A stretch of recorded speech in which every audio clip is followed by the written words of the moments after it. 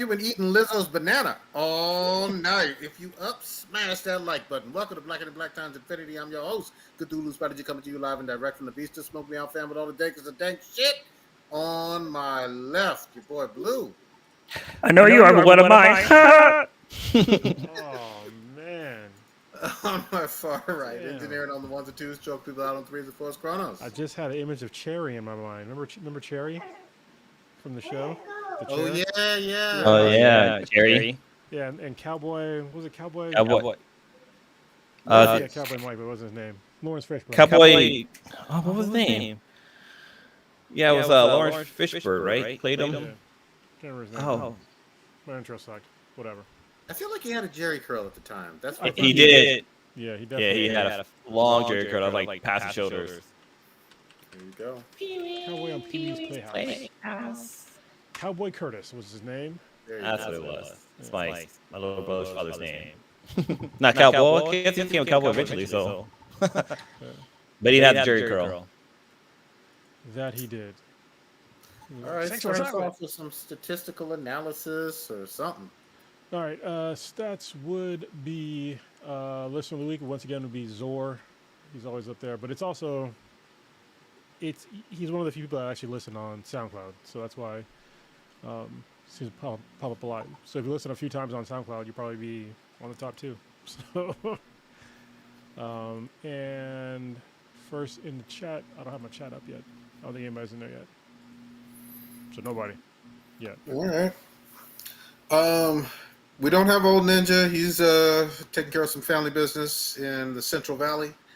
But we did have one, or at least one, big RIP. Who wants to do it? Blue, you got it? No. Oh, you want me to do it? Yeah. Well, RIP to Paul Rubens, otherwise known as Pee-wee from Pee-wee's Playhouse, which if you are a person of our age, you should probably get your prostate checked or breast exam. I'm just saying. Damn. So, you would know him from Pee-wee's Playhouse. He was probably, Check your back. pretty popular, and you and all your friends knew who this dude was. And I used to watch the show. Probably all of us did watch the show a lot, and he was a really interesting guy because that's not how he talked. He would also he would be in character for like the vast majority of his interviews. So you didn't get to know him until he did like an interview with, I forget who it was, but it was kind of later on in his career as Pee-wee, and he decided to come on as Paul Rubens and not Pee-wee, and it was interesting because he kept wanting to go back into like his Pee-wee character, and he was kind of like a normal guy, and he was sort of nerdy as a kid, and he said that basically Pee-wee was like a combination of himself and a couple of his friends and people that he knew growing up. So it was like an amalgamation of a bunch of people that came up with that. If you watched Pee-wee's Big Adventure, which is a movie that came out back in the day, it was a pretty funny and cool movie at the time. I probably doesn't age well. I haven't watched it in forever, but it was cool. He got unfortunately he was arrested for indecent explosions in a porn theater somewhere, and that pretty much ended his career briefly. If y'all remember, he was in Buffy the Vampire Slayer, not the show, the movie, and he has one of the best villain deaths of all fucking time. Fight me, look it up. It's so hilarious the way he dies. And that's one of the first times I saw him outside of being Pee-wee. And he did a bunch of other, acting roles as well. Go ahead. I did not know that was him. Like during the time that movie came out, I did not know that was Pee-wee Herman. Just because he kind of looked cool. I mean, he had like long hair, he didn't have like the classic bow tie or whatever. Like he looked like a regular like guy. But I did not know that was him. But that's how it is a lot with like old movies back in the day, like Angelina Jolie and Hackers. Like I didn't know that was Angelina Jolie. Carmen Diaz in Mask. I didn't know that was Carmen Diaz. But then again, they weren't like big time names at the time. But yeah, just that scene was pretty funny though. Pee-wee Herman's death scene. Yeah, I forget his name in the movie, but it doesn't matter. It's Pee-wee Herman or Paul Rubens, respectively. Yeah. Anyway, he passed away of cancer, unfortunately, and he was 70 years old. I didn't know he was that old. Yeah. He looked like at least the last time I saw him, he didn't look that old. Yeah, So dude didn't really age. what's up? I said he didn't really age. No, I mean, because if you think about it, like when he was doing Pee Wee's Playhouse, he had to have been in like what his 40s. Mm-hmm. He would have had to been in his 40s. He didn't look fucking 40 back then. He looked like he was in his 20s. I mean, Yep. Yeah. or younger. He looked like he looked so young. So yeah, he aged gracefully until the end, I guess, when cancer got him. That's unfortunate. Yeah. So, yeah, R.I.P. Paul Rubens.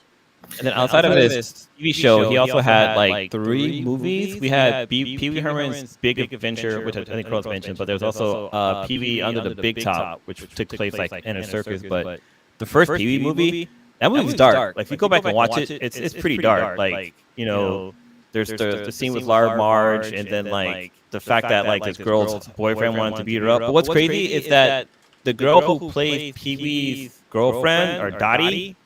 That's Tara Strong. I believe it's Tara Oh, wow. Strong. Hold on, let me make sure to look it up. But yeah, I think I saw somewhere that was Tara Strong, who's the voice of like Raven and other favorite characters out there. Can I just say this though, going back to the whole arrest stuff, because I mean we were still kids when that went down. It looks like that was way back in 1991. I mean he was jerking off in a Florida porn theater or whatever, but like to get arrested for jerking off, I mean it's one thing to jerk off at just a regular theater. In a porn theater, I know it's not like overtly said, "Hey, you go do this." But it's also not necessarily one of these things that people don't know is going on. But I don't know. I mean, that's like a faux pas max. Yeah. I don't think it's unarrestable. I mean, come on now, man. It's like going to a strip club and they're telling you can't touch. Or, you got what a am I boner. supposed to do? I can feel your boner. It's like, that's why I'm here. Yeah. But like looking at it now, that's like as an adult, it's like, I mean, it was an adult building. Like he was watching adult stuff. Like, I mean, I can understand why he would touch himself, but like he didn't hurt nobody. It was just him, probably like 4 of the people in there, maybe 6. But like he was just being the guy, I guess. But I mean, we didn't hear any like sexual assault cases. Like he wasn't touching any kids. Like outside of that, like he was still kind of a stand-up guy. I would assume. If you really think about it though, for just a second, what kind of person, quote unquote, blows the whistle or calls the cops on you for whacking off in a porn theater? That's kind of wild. I mean, not that they have as many of them now. Obviously, it's a different time or whatever with internet and everything. But like, I mean, if you wanted to, you could call the cops on somebody every single day of the week for going in the porn theater and probably whack it off. Yeah. Yeah, it's probably some. I don't know. Who the fuck does that? Like, how could you go to a porn theater and then get mad that somebody's jerking off? Like, Yeah, right. Like, I mean, obviously, we heard about it when we were, way younger or whatever. We're like, whoa, But now that I'm thinking about it as an adult, that's wild as fuck. And that was like, again, a huge controversy, like Chrono said, for his career, and pretty much killed it for quite a few years. But that's what one does, Yeah. Anyway. So Alright. kind of going back, so I was mistaken. It wasn't Tara Strong that played Dottie. It was E.G. Daily. She's in Powerpuff Girls. She plays the voice of Buttercup, and she's also in like Rugrats. She plays the voice of Tommy Pickles. So she's up there with Tara Strong. And if you look at them side by side, they kind of look alike. So there's a bit of that's kind of where I kind of messed up there. But yeah, it was E.G. Daily who played Dottie. Dude, I'm a loner, Dottie.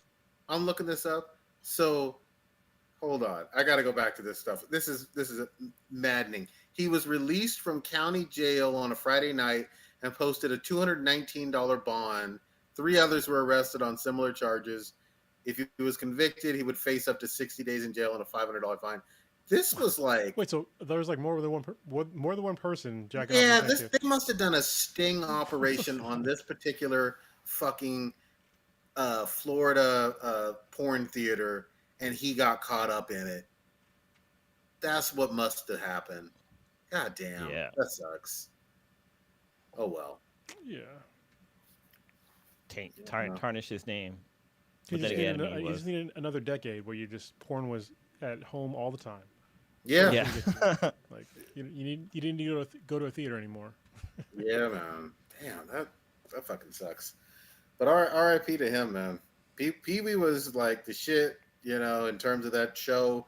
It's kind of hard to describe to kids nowadays because it was certainly like live action and had puppets and a Hmm. wild fun house and fucking black cowboy with a jerry curl. It had all this weird shit going on, Yeah, it was but totally it random. was also kind of educational at times too. I mean, it was a variety show for kids almost. Yeah, yeah. I want to go back and like watch some of them and like have some nostalgia to it. One of my favorite things, he actually had a stand-up. Remember, how his name is Genie. He had a genie that he would like Oh, grant you are wishes. super breaking up. Hold on, say that again. I said he had a genie that he had a stand-up that he did, What's like going a on? live. Can you not hear me? It's me. I think it is you. Hold on. Prodigy, can you hear him? Okay. No, I can't. I was just gonna say it was kind of breaking up as soon as you started, Blue. Yeah. How about now? Is it better? Better. Still some breaking up. Still breaking up. Well, I was trying to load up YouTube, and I think I have too many windows open. Yeah, it's still. I can sort of make out what you're saying, but it's like you're underwater and like a robot. So. I'm Mr. gonna Robot. jump off and jump back on. All right. Go ahead. Have to keep it But on. yeah. R.I.P. to Pee Wee. The other one that tripped me out was when the Blues Clues guy, the original guy, came back and was like, "Hey, I'm sorry I left you guys." Yeah, yeah. He was a voice of a fucking younger generation or whatever. So it is what it is. Who else? Was there anybody else of note worth? I mean, there's probably some B-list actor that probably died that only old ninja would know about. Yep, he would give the whole eulogy. Yeah. All right. But while Blue is kind of setting up, I we talked about it in this chat kind of a little bit ahead of time, or the pre-show. What in the entire fucking fuck is this Lizzo shit? Yeah, so we Can need Blue to someone come back explain on. this to me? Yeah, we need Blue to Banana come back on to strippers, accusations. What's going on? wait, hold on. He just he messaged us. All right, because it feels like maybe it just happened or just kind of blew up. We'll come back to it, I guess. Yeah, Um, yeah, I need to hear more because that shit sounds fucking wild. it does sound wild. Uh, I need him to come back on because yeah. I need to talk to my daughter real quick. So give me a sec. Okay, no worries.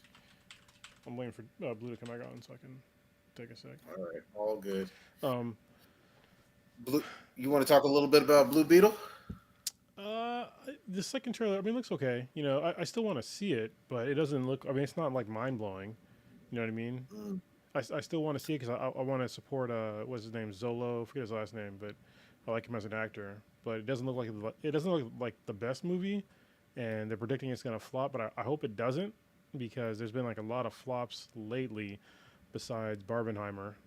So because Barbie's been fucking killing it, and people are just like they're really surprised about it. I'm sort of surprised, but not really. It's like I think anytime things are really focused towards like people of color or women, like people just want it to like lose. It's just like I think people forgot about like Barbie was like fucking GI Joe for girls.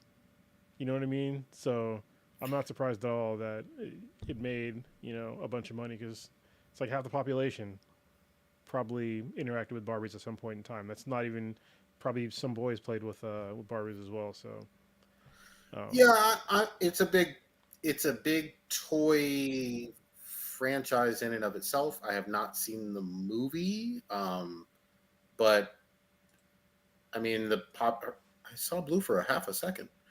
But yeah, no, I'm not surprised that some people are liking it. Blue, can you hear us? he can probably hear you, but not me. Give me a sec. I'll pull him in. It's like I said. The way this shit works is fucking weird. All right, there we go. You there?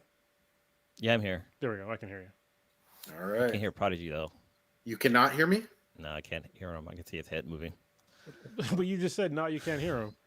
No, I cannot hear him. I can just see his head moving. Oh, that was hilarious because like that was like right on time when he said you can't hear me, and you said no, I can't hear him. Goddamn. Okay. Hold on a second. Shit. Yeah, because I was gonna Yeah, ask wrong him to channel. break down Lizzo. Fuck. This shit is so annoying. I'm gonna have to go back to like the old setup because it's like it's so stupid. All right, The can hell? you hear him now? 1 2 1 2. Nope, I still can't hear him. He says it like right on time. It's hilarious, both times. Probably Can you sees hear my me, lips Prodigy? move. He can hear you. Yeah, That's weird. Yeah, hold on. Let me figure out where your audio is. but he's the You one that are. came back in. That's what's wild. Yeah, yeah, yeah. You should be able to hear him. I didn't change any of his settings. Let So me try to jump off again and jump back on. okay, he's gonna jump. Well, you can hear him. Fuck. Yeah, yeah, I can hear him just fine. Well, yeah, I mean, I haven't seen either one of the Oppenheimer or whatever as well. Okay, Um, can you hear him now? can you Say hear something? me? Can you hear me? I can't hear him. I heard him for a second. Like right when I jumped on, I heard him, and then all of a sudden it just buzzed out. What All the right, hold on. int? I'm gonna hide him. I'm gonna show him again. Can you hear him now? Yeah, maybe I'll jump off and Nope. jump back on. Nope. Okay, yeah, try that. God, this is so fucking annoying. Yeah. Oh wait, there's a setting. Hold on. There's a setting I can change. I forget where the fuck Oh, it he was at jumped though. He's leaving jumped and off coming back again. in. All right. It's like it like just derails the podcast every single goddamn time this happens. Yeah, it always seems like the fourth person to join into the thing, and that's where it messes up. Yeah. It shouldn't. Up, I can hear him. You can hear him? Wait, I can hear him, but have you added him back into the chat room or to the No, group? not yet. You can hear him. Hold on. I'm pulling him. I back. can hear him now, but Okay, go ahead. 1 2 1 2. all right, I can hear him again. Okay. I need to take a second and talk to Riley. So y'all go ahead. All right, Blue, you got to break down this whatever the fuck is going on with Lizzo. What in the shit is this? Wait, quick little thing though. Back to Pee Wee Herman. Before I got all messed up. So Pee Wee Herman had a stand up where it was just like a live performance that he did. He had like a whole his whole. This is actually before he did Pee Wee Herman Playhouse. He had his own playhouse on stage, and he had this genie that was like in a box. Remember like the floating head genie, and Oh like yeah, he would yeah. make a wishes and stuff like that. I just remember that character would like rap or something whenever he would cast a spell or some shit. But I just that always sticks out to me. So I definitely want to go back and watch that. But yeah, this whole Lizzo thing is wild, man. So there's allegations from her backup dancers that when they were doing a show out in Amsterdam, they went down to the was it the red light district, and Mm-hmm. basically she apparently kind of forced her backup dancers to eat a banana out of a woman's pussy. And like even though like they were saying no, like they pretty much had to do it for some weird reason. And so now there's all these allegations regarding that. There's also some other stuff that came out that said like she's been like kind of weight shaming some of her dancers too. I'm not sure, which is weird because I mean she's a big girl and she's like supposed to be like body positive. So I don't know where else this is coming from, but this is definitely pretty crazy if any of this is true. Yeah, I mean, here's the thing. I'm just hearing about this stuff. I was trying to read up on it while we were trying to pull you back in. Wild allegations.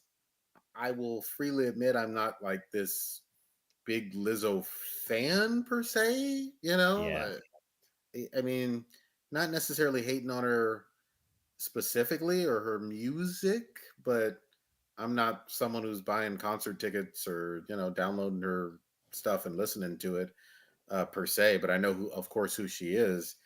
But that's neither here nor there. If any of it's true in terms of really abusing or pressuring your employees to do Yeah. stuff sexual to a hooker, that's fucking wild. And yes, I said hooker and not sex worker because yes, if you're in the red light district of Amsterdam selling pussy, you are a hooker. But Right. yeah, uh, wild allegations. Hopefully, the truth comes out. But you would think, based on her level of celebrity and stardom, if her dancers should be pretty fucking loyal to her if she Yeah. treated them right. One would think because you don't hear a whole lot of allegations of this sort or any other sort coming from really A-list or B-list musicians in terms of their backup dancers or singers or musicians. That typically doesn't happen. Typically, you know. Especially for a female like performer. Usually you might hear like some kind of controversy with like a male performer, but something on this level from a woman, like it's kind of crazy. Yeah, yeah. I mean, you obviously hear about male musicians and groupies, all the time. That's just kind of par for the course. But groupies aren't usually part of the actual dance True. or musical Yeah. group. Like, you know what I mean? So this ain't a good look. I need more motherfucking more insight or more info. But I'll bet you dollars to donuts, her fucking fans are going to try to ride for her, dismiss this stuff, Yeah. Well, and say it ain't real. it's kind of hard to say because I'm not really sure how her fans are. I mean, they're not like at least I don't ever hear anything about her fans, unlike like Beyonce fans, where you say one bad thing about Beyonce, all of a sudden there's a fucking movie about one of your fans killing people. But yeah, Like I just Niger. yeah, Niger. But yeah, I mean, if just gotta wait for the truth to come out. I mean, there's got to be some kind of truth to it because it's not just one performer or one dancer saying it. I think there's like 3 or 4 that came out saying the same thing. Well, the other thing that's really hard for me is it's so specific when you're talking about a fucking banana, not a fucking uh, cucumber. You know what I mean? Not a fucking churro, but a Like, a was it like a peeled banana or was it like whole? Like yeah, that kind of adds a little bit more to it. not a plantain, but Yeah, very specifically a banana and putting it in, someone's a fucking hooker's twat. they're Like all saying it. It was a cheeky banana. Is that what it's that, called? it's Chiquita. Yeah, Uh, chiquita. yeah, that's so fucking specific that it's wild. You know what I mean? Like if you're gonna say some shit and make up some shit, that's fucking specific. That's all. Yeah. I mean, you know what I mean? I'm not saying it's true or not, but that is fucking specific and very detailed. You know? My first thoughts when I heard about this thing, because I didn't hear about like the banana stuff until like kind of later. I was just like, I was thinking she's probably pushing like her backup dancers probably really hard, and I'm gonna keep it 100. Lizzo is like an outlier as far as like somebody's physical ability and being a person of that size. And I don't think that should be controversial to say because when you're that large, like it's like saying she's obviously not out of shape. You know what I mean? Because she can sing and dance longer than most people like that are fucking in quote unquote shape can do, and it's amazing. But it makes her an outlier, and I think like expecting your backup dancers to be able to do the same thing at that same size is kind of unreasonable. If you watch like the show that she had to like get more backup dancers, there was like a bunch of injuries, and it's just like yeah, because like it's hard to do stuff like that. Like there's a reason why people that are in shape, but at the same time, like she can do it. But don't expect everybody to do it. It's like expecting every single basketball player to be fucking Michael Jordan. You know what I mean? So so let me make sure I'm clear because again, maybe I'm just out of the loop on this. So you're saying her dancers are approximately give or take her size, Yeah, a yeah? lot of them are. Yeah. Okay, Yeah. and I guess it's a very physically demanding like choreography. Is that what we're talking about too? Yeah, like you ever watch like her show? Like I'm like, how the fuck is she doing all this shit? Like, No, I've never watched yeah, your fucking show. Yeah. it's amazing. Okay, so it's like it's not it's like very active jumping and dancing Yeah, it for a can be long physically time. intensive. Like Okay, I've seen chicks like jump and do the splits and shit, and I'm just like, all right, that's awesome, but but damn.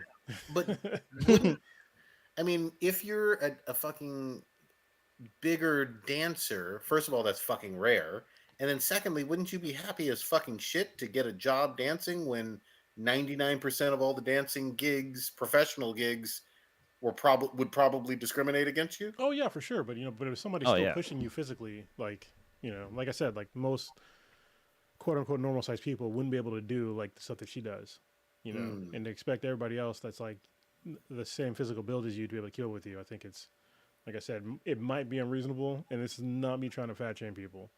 It's just she can do stuff that people that are her size generally cannot do, and that normal people can't even fucking do.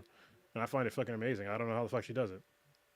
I mean, Oh she's yeah, okay. literally So out there fucking singing, dancing around, and playing the goddamn flute, and it's just like, That people, part's amazing because you gotta yeah, have like lung capacity to play a fucking flute while yeah, dancing. yeah, yeah, maybe I have to see some clips of her show or something. yeah. Watch her live shows. You're gonna be like, how is she doing that? Like, and she does it, you know, not day after day, but like it's pretty frequently. It's so you can't say that like Lizzo has no cardio because like she has cardio. Okay. All right. Yeah. I mean, I will not question that part, but fucking bananas don't belong in hookers that don't want bananas in them. I mean, the hookers probably did. Well, I That's mean, probably what they're getting paid for. yeah, I mean, it's like, come on now. So what then? So wait. There was a bunch of complaints about her. The dancers are complaining that they had to do that though. I mean, dancers shouldn't have to do that if Well, that's what no, happened. if they they should don't not. want to, yeah, it should be consensual. Like if you want to see that, then yeah, see it. But if somebody's forcing you to do it, that's different. But it's also Yeah. like, it gets in the thing of, if your boss tells you to do something, like brings you somewhere, it's like how comfortable are you in saying no? And that comes in like the power dynamic thing, and that becomes like an issue that she probably didn't think she had to deal with.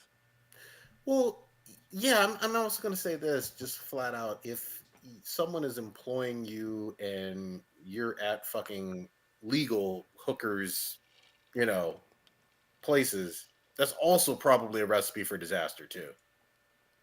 Yeah, don't. I mean, obviously.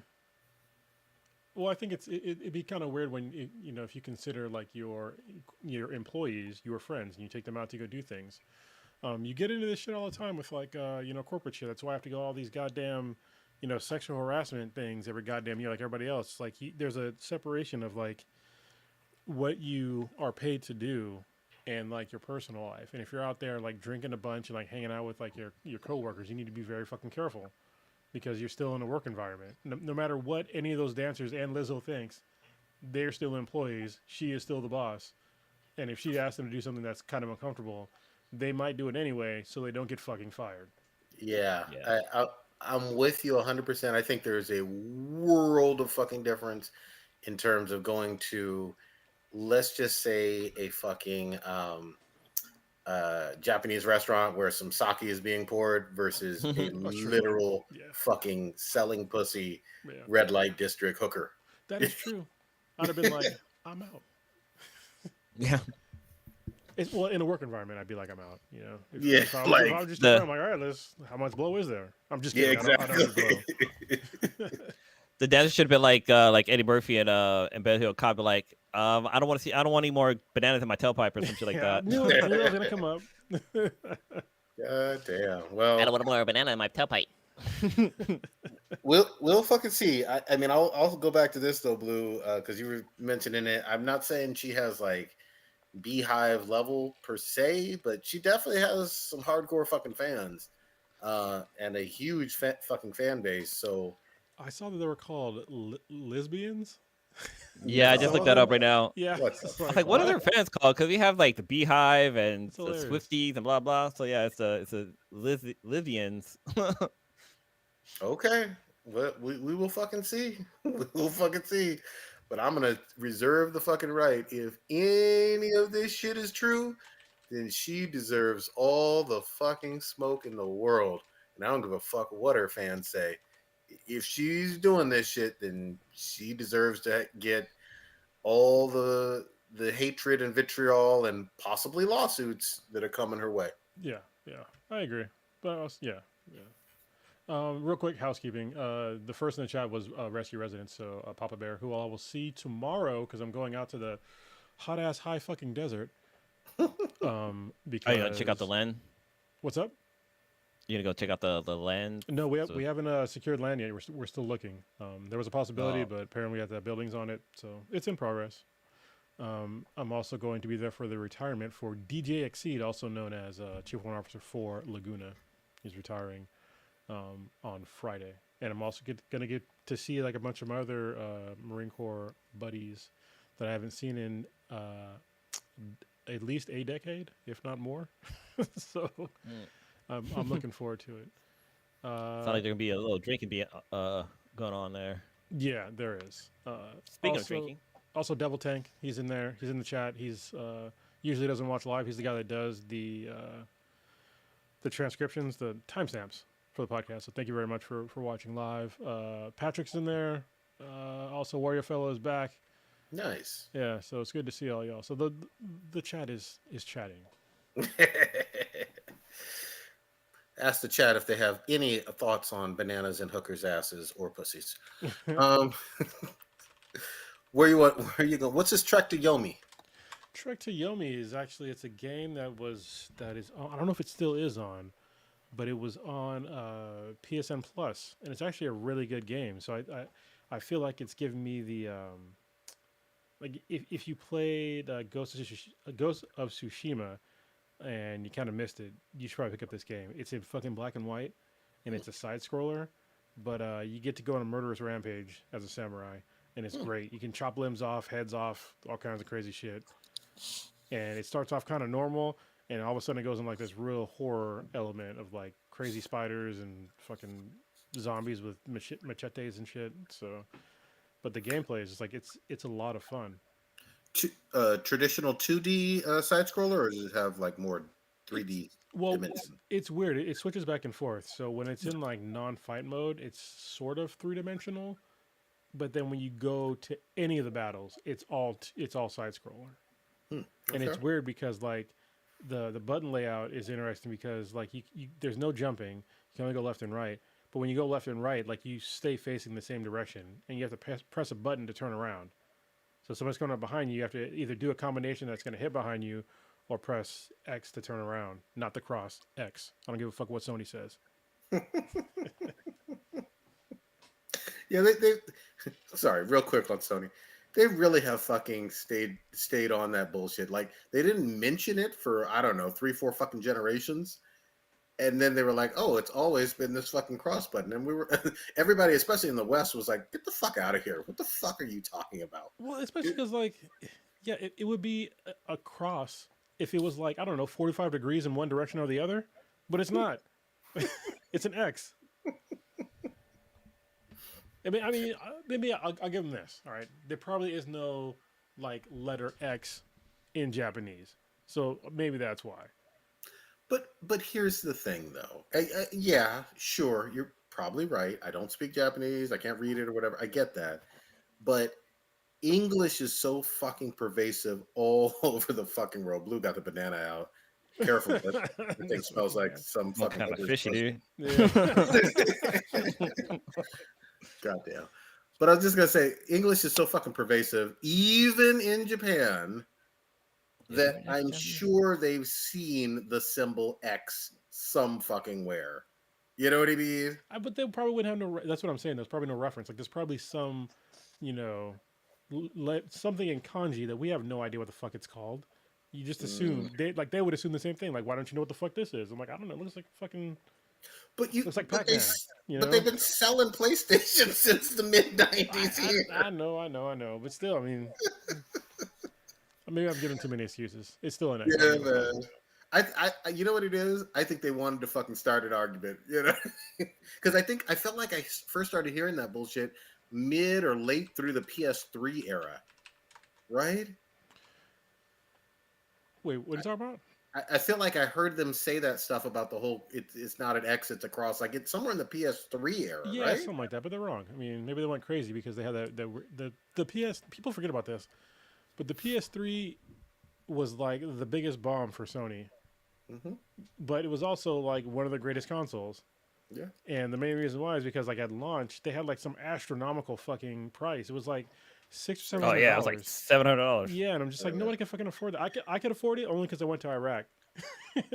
But yeah. I was like, how the fuck are people gonna afford this? And it had that weird controller that looked like a fucking boomerang. Yep. But also, like they had when they lowered the price, they had to strip out a lot of stuff. So the Fat Boy PS3, it had like all the cool features. Like it had like 4 USB ports. It had like external hard drive space, right? But Yeah, like I don't know. It had the card readers, like it had like a little secret compartment where it had like the CF card reader and like a whole bunch of other card readers that nobody fucking used. Yep. And also you could put Linux on it, so until they took it Oh, out and that's they got right. sued for it. Yeah, it was wild, man. So wait, you guys are talking about the debate between the X being either an X or a cross? Yep. I guess it depends. Well, no, because it's got to be. I want to say it's a cross because all the other ones are shapes. They're not letters. But it's still I not mean, a Yeah, cross. circle, square. A cross would be if it was like it'd be 45 degrees in one direction or the other. That'd be a cross. But it's not. A cross goes perpendicular or horizontal and vertical. That makes a cross. Or like a crosshair, like with like shooting. That's still up and down, left and right. Yeah, it would be. I mean, I think of when I hear cross, I think about a fucking T, big ass T. Yeah, right. I The think crucifix. about Jesus. What are you talking about? We shall fucking That's see. disrespectful pronouns. Don't ever fucking say shit like that again. All right. I saw this fucking trailer for Twisted Wait. Metal. Oh, go ahead. Quickly, kind of jump back to the X thing. So it's the shape X, not the letter X, because the letter X has flat. It's flat at the top and bottom, like because it's like laying against it's on a floor. And there's like a plat. I don't know. I'm just looking. I'm reading one article that explains why it's not the letter X, but it's the shape X, basically. Therefore, if you, all right, listen. If I tell you to write the letter X on a piece of paper, what the fuck is it gonna look like? Just like that. Like an X. Yeah. So, whatever. I was gonna switch gears a little bit. Twisted fucking Metal has a goddamn trailer. Twisted Now, Metal. yeah. The show is out. Oh, is it out? Oh, it's not even a trailer. I thought it was a fucking trailer still. No, it's out. I actually watched the first episode. Oh, well, tell me about the episode then. I always thought it was a trailer. So, it's actually you got to be some kind of person to enjoy this show. All right. First of all, you probably had to have lived in the '90s, and when I say lived, I mean not as a goddamn baby.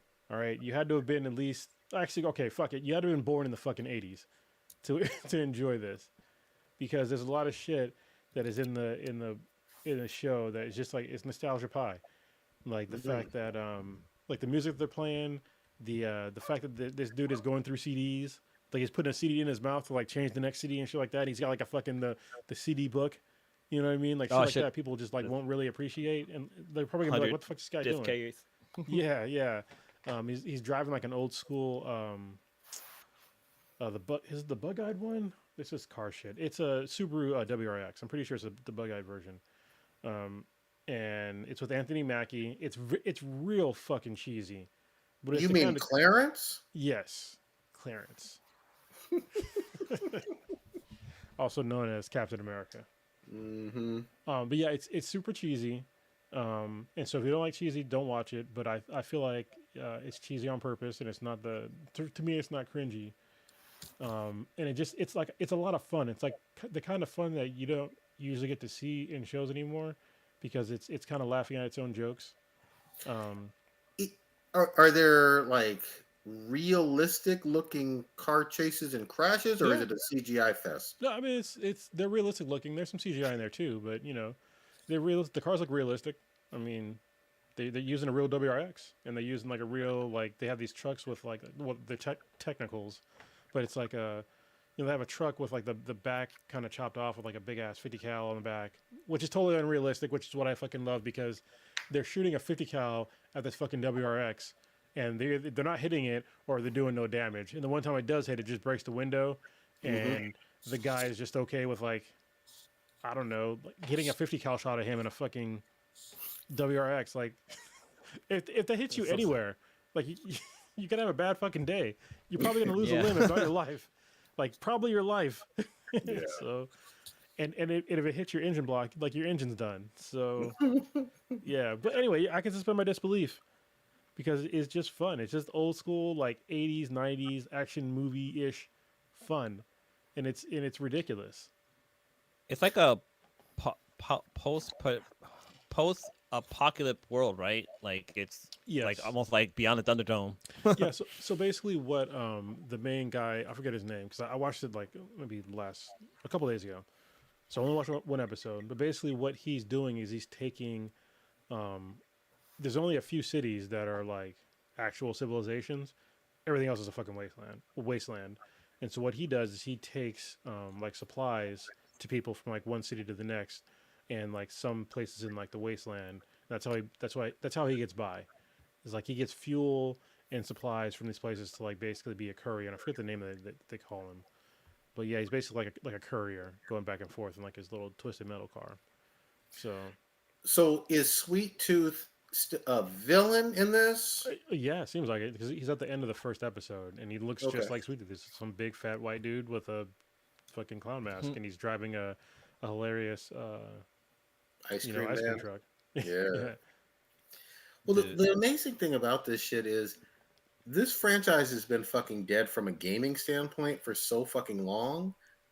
When was the last one? I think was a PS I thought they early made a new one. PS3. I thought they made a new one. Are they were talking about it? um, there was Twisted Metal Revolution on the PS3 that came Yeah, out, and Oh, oh, I didn't even say on here. What the hell? yeah, it's basically that whole genre of gaming is basically dead. yeah. Yeah, I mean it's kind of like up there with like Rockstar's like Midnight Club and stuff like that. Like those games were the shit back in the day. Yeah, yeah. Oh no, so sorry, Twisted Metal Revolution was a canceled game. So the last game was Twisted Metal Black Online for the PS2, and it came out in 2002. It's got Uh, three Wait. canceled games. Jesus Christ. Oh wait, Yeah. sorry. There's so much information on here that's it's hard to like read exactly what's what. So that was for a spin-off game. So the last game was Twisted Metal that came out in 2012, Yeah, and that came out on the PS3. and that's a The amazing thing is, this was not some fly by night fucking Sony franchise. This was like marquee, one of their best sellers back in the day. I associated Twisted Metal with fucking PlayStation like a motherfucker on PS1, PS2, and even PS3. And then it just fucking vanished. Like, there was a time when I thought of literally Kratos from God of War and fucking Sweet Tooth as as some of the faces of Sony. Yeah, what for was real. that? Remember that one Road Rash? Remember Road Rash? Yeah, Oh yeah, That's motorcycles. another like all those games are just like they're done. Like yeah. they just don't exist anymore. But you know what's wild to me though? Like, in some alternate universe, Twisted Metal is still like this marquee franchise, and Gran Turismo isn't, because Gran Turismo is obviously getting new generations, new adaptations, and it's super realistic, and it's like kind of niche for being so realistic, hyper realistic. But Twisted Metal was never like it. It was just like, okay, here's some cars, you're gonna shoot some people, and you're gonna have a blast Not doing even it. cars. It's just they had one dude that was literally just like on. He had like he was basically holding two wheels, and he had rockets on Yeah, his fucking shoulder. I'm just like, There you go. if you get shot dude, once, dude like was why aren't you dead? dude with a live Segway, Yeah, basically. like literally. But I'm looking at some of the characters, and back in the day, my favorite character was like the sports car guy. Mm-hmm. I'm not sure what his name was. I'm looking at the profile. It's just his picture, but it doesn't say like what his name was, unless his name is GameSpot. I don't think it's That's not GameSpot his because name. Yeah, GameSpot's the actual thing. yeah. What's his character's name? Okay. Oh, his name was Crimson Fury. That's it. Crimson Fury. So he was like the spy guy. Had like the Corvette looking car and would just go around like fucking up shit. I mean, like him because his car's fast, and like you can get it like different color, and you can get it in black and black and cars and Batman. It all works together. But you know what's funny though? They probably were right for not like continuing the franchise, because they tried it at launch with the fucking PS5 with that one car game that didn't go anywhere. It was free. It came with the game. Remember, it was like a battle royale with cars. What the fuck was that thing called? Oh yeah, You I know what I'm remember that. And, like you get kicked out of your car and stuff. Yeah, I remember I'm that. gonna look it It's up. not League of the soccer one, because that one was successful. Yeah, that one fucking killed. That was Rocket League, but Yeah. God damn it, I can't remember the name of it.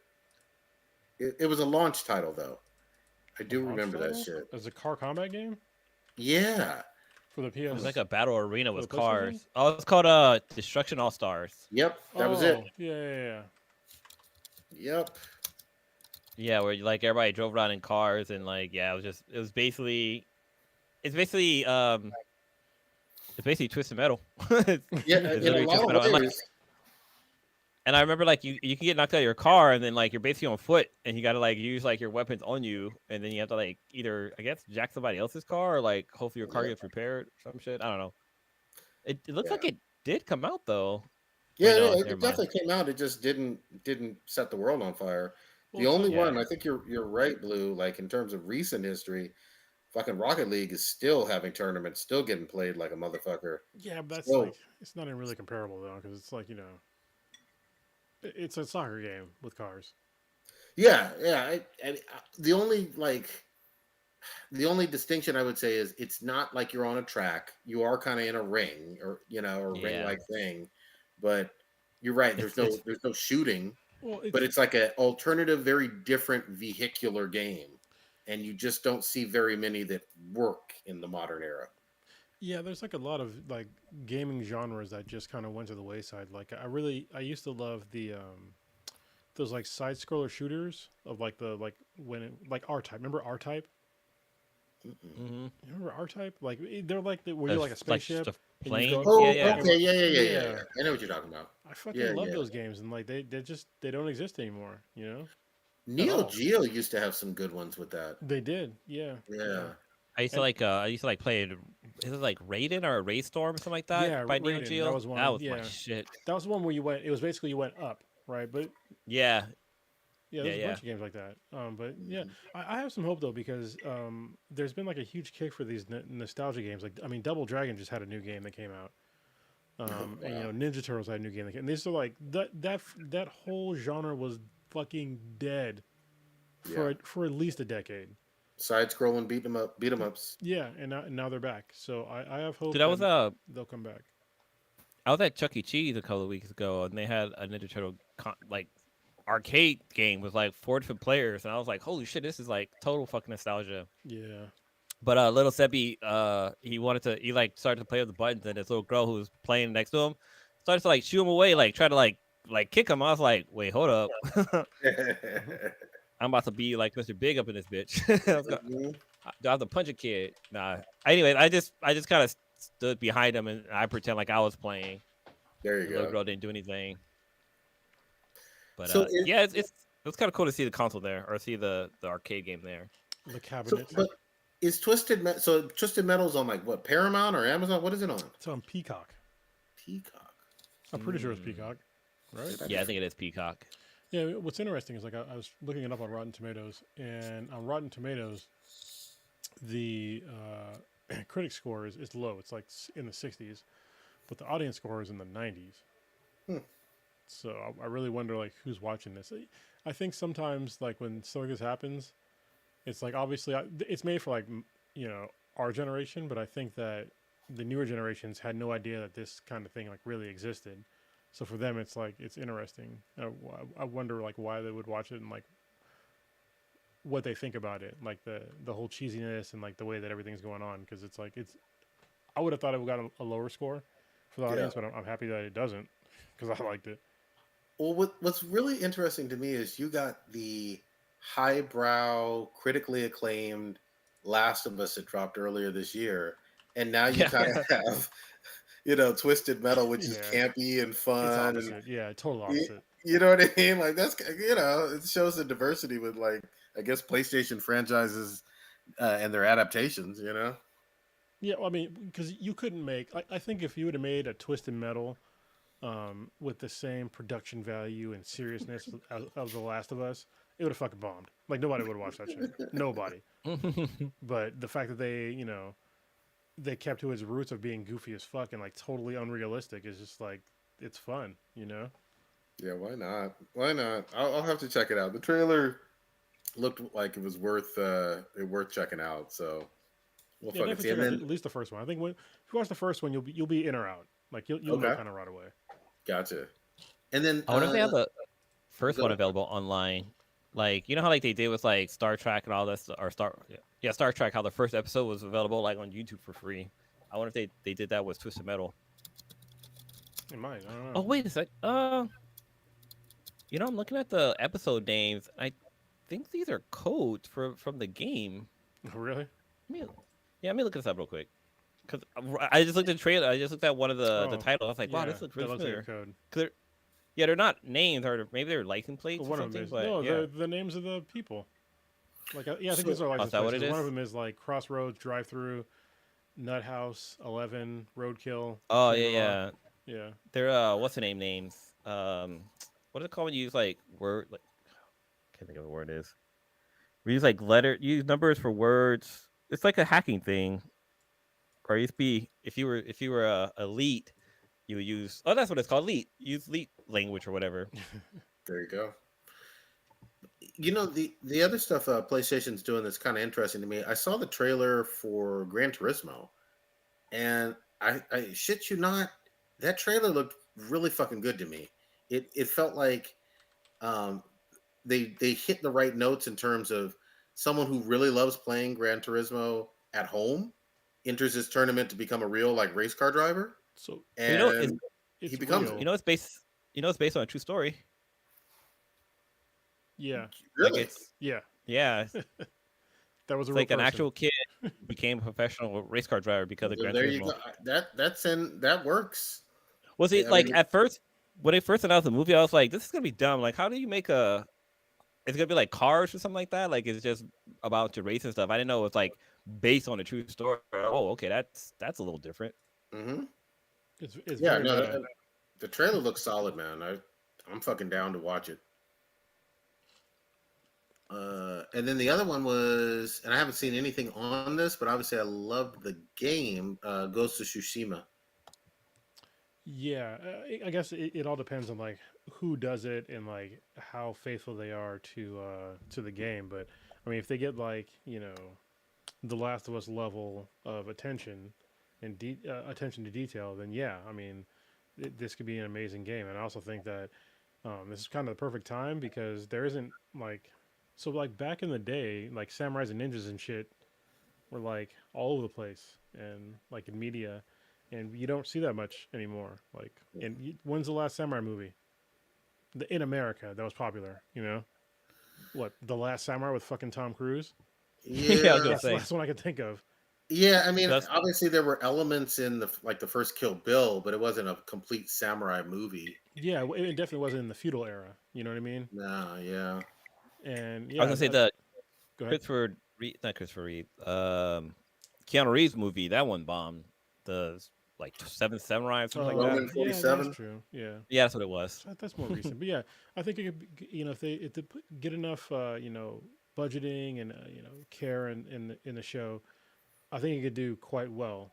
Given that, I think that there's like this weird like reciprocal love affair with like the West and the East, especially with Japan. Mhm.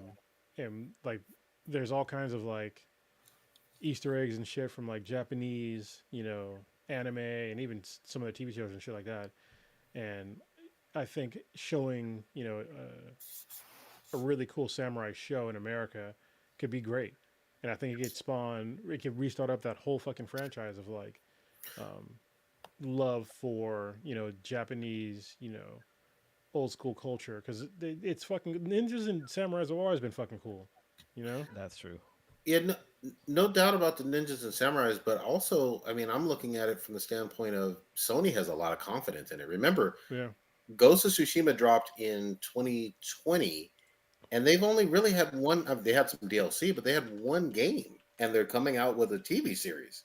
That's confidence. That's not like Twisted Metal had 4, 5, 6 games. God of War, plenty of them. Last of Us had at least a couple main titles. Like one game, and then you're having a series. That means you have ultimate confidence in this franchise and the execution. Even comparing, because they had Uncharted, what was it, a year ago or so? But Yeah. obviously, the Uncharted franchise as a standalone has been active since PS3. So yeah, it could be fun. It could be big. Yeah. Who did that? Was that what? What studio did that? I want to say it Sucker Punch? The Last of Us. No. Ghost of Tsushima. That Was it was Sucker Punch? Sucker Punch, I I'm think. pretty Yeah, sure it Sucker. is. Yeah. So Yeah, with Sucker Punch Production for the developers. Yeah, and they're fantastic. I mean, they've done so many great games, and I think they're having Wolverine is coming out too, right? no, that'll be an Insomniac. Oh, that's Insomniac. Okay. What else is Sucker Punch known for? Oh, it Infamous. was People, Infamous. There we go. Yeah, Yeah. Infamous and Second Sly Son. Cooper. Yeah, Infamous. They need to make another Infamous because those games are fucking fantastic. Yeah, they were. Those are one of the games where I've platinumed all of the games that I played for Infamous because Mhm. they're attainable, they're not annoying, and they're just fucking fun. You But know, they're also replayable too because like you can play like good or evil, which is always fucking fun to go back and do. Yeah. Like you always go back, play good, and then you go back and just fuck shit up as an evil person. I'm going to go even one step further. I think Infamous as a franchise really doesn't get enough credit for being a superhero video game. Oh yeah, That's yeah. true. And everybody always talks about the Arkham series, and the Arkham series is great. I love it. Don't get me wrong, but Infamous deserves just as much credit for or comic booky superhero video games, good ones, you know, on PS3 and PS4, especially that era. And yeah, like we need to talk more about the fact that they set the fucking bar, and every Yeah. time they knocked it out of the park with those titles. You know what's Like crazy? even Go ahead. go Go ahead. ahead. Like I was say, even for like the DLC they had for Infamous, I think it was called like something light. It was with the girl that could like travel through light or something like that. First Like Light. her First Light, gameplay was First Light, yeah. Like her gameplay was really fun too. Yep. So I mean, I don't know. Infamous was a really great game. I wish they would make another one. Yeah, I mean, Infamous is. I'm pretty certain they'll make another one because the other two were like they were so good. But you know what's crazy is that I put like Infamous, and there's another game that came out that was really good too called Prototype that people kind of forget Oh about. yeah. Yeah. And that franchise was actually really really good. But they haven't made an. I think the last one they made was like PS3, maybe PS2. I think PS3, Yeah. and those are really good. Yeah, those were fun. Again, Did it make very super powered, beat 'em up games, but with good third person action and a great story. Did it make a movie for Prototype? No, I don't think so. If they did, it wasn't related to the game. Okay. You know what I mean? So we'll see. I mean, I'm going to say this too: the Doom franchise, especially since the 2016 version and Doom Eternal, definitely needs a series or a reboot or Well, they reboot did a movie. movie, and it was it was with The Rock, and it was pretty shitty. Yeah, but it's time to bring that fucking shit back. You could do that so fucking well. Well, especially now with like the latest Doom, and I think that's like a distinctive departure. The previous games were good too, but the way that shout out to Mick Gordon, who has like one of the best soundtracks for a video game ever. Hmm. But the reason why the recent Dooms are really good is because Mick Gordon and that sound team, they did a like this contextual audio design where like once you got to like a fight arena, like the music would ramp up, and then like the better you did, the more the music would just like keep ramping up, and you would fucking you just want to hear the music more, and you would like sync in with the music and like just try to kill more people just so you can hear like more of the song. And Yep. it's hard to like really explain until you do it. I think that Hellbringer did a really good job doing that as well, but Mick Gordon and Doom, they did it best. 'Cause I had never experienced that in my life, and I'm like, why is my fucking heart beating out of my chest playing this game? And it's because of the fucking music, because it's just metal, and it's just like you just want to fucking kill everything. You Yeah, know? that, and then never forget that, especially for the 2016 Doom and Doom Eternal, they changed first person shooting for me forever in terms of you don't want to duck and cover. No, You want to injure them and then get up close and personal and then rip them a fucking part. yeah, rip and tear. That's what it's all Rip and about. fucking tear, man. That it felt good. It was a great gameplay loop. Yeah, I would love to see that either animated or live action, truly rated R, either a TV series or movie. And last but not least, I would say for in terms of franchises that I'd love to see turned into a TV series or movie, Wolfenstein. Like killing some goddamn Nazis. Yes, Inglorious Bastards had elements of it. I want to see some fucking Blaskovich or whatever just fucking killing a whole fucking country worth of Nazis. That shit was great. Well, You know who should? Go ahead. I was gonna say, you know who should do that is the same studio that does Castlevania on Netflix. Because I can Yeah. see like that Sam- being animated would be fucking dope as hell. Shout out to Sam Dietz. His Yeah. own Sam Dietz. podcast. Yeah. And speaking of fucking Castlevania, there's some new fucking Castlevania. Y'all see that trailer? Yeah, it's Nocturna or something like that. Yeah. Yeah. Hold on. Let me get the right. Keep going. I'll get the right spelling of it. Yeah, I mean, I think Sam Dietz did a fantastic. I'm probably I need to start re-releasing podcasts because we have so many now. But we have a whole bunch of we used to do a lot of interviews, and I think we're gonna bring it back because I got a message from a PR person about the guy who literally I took the inspiration to name this podcast after.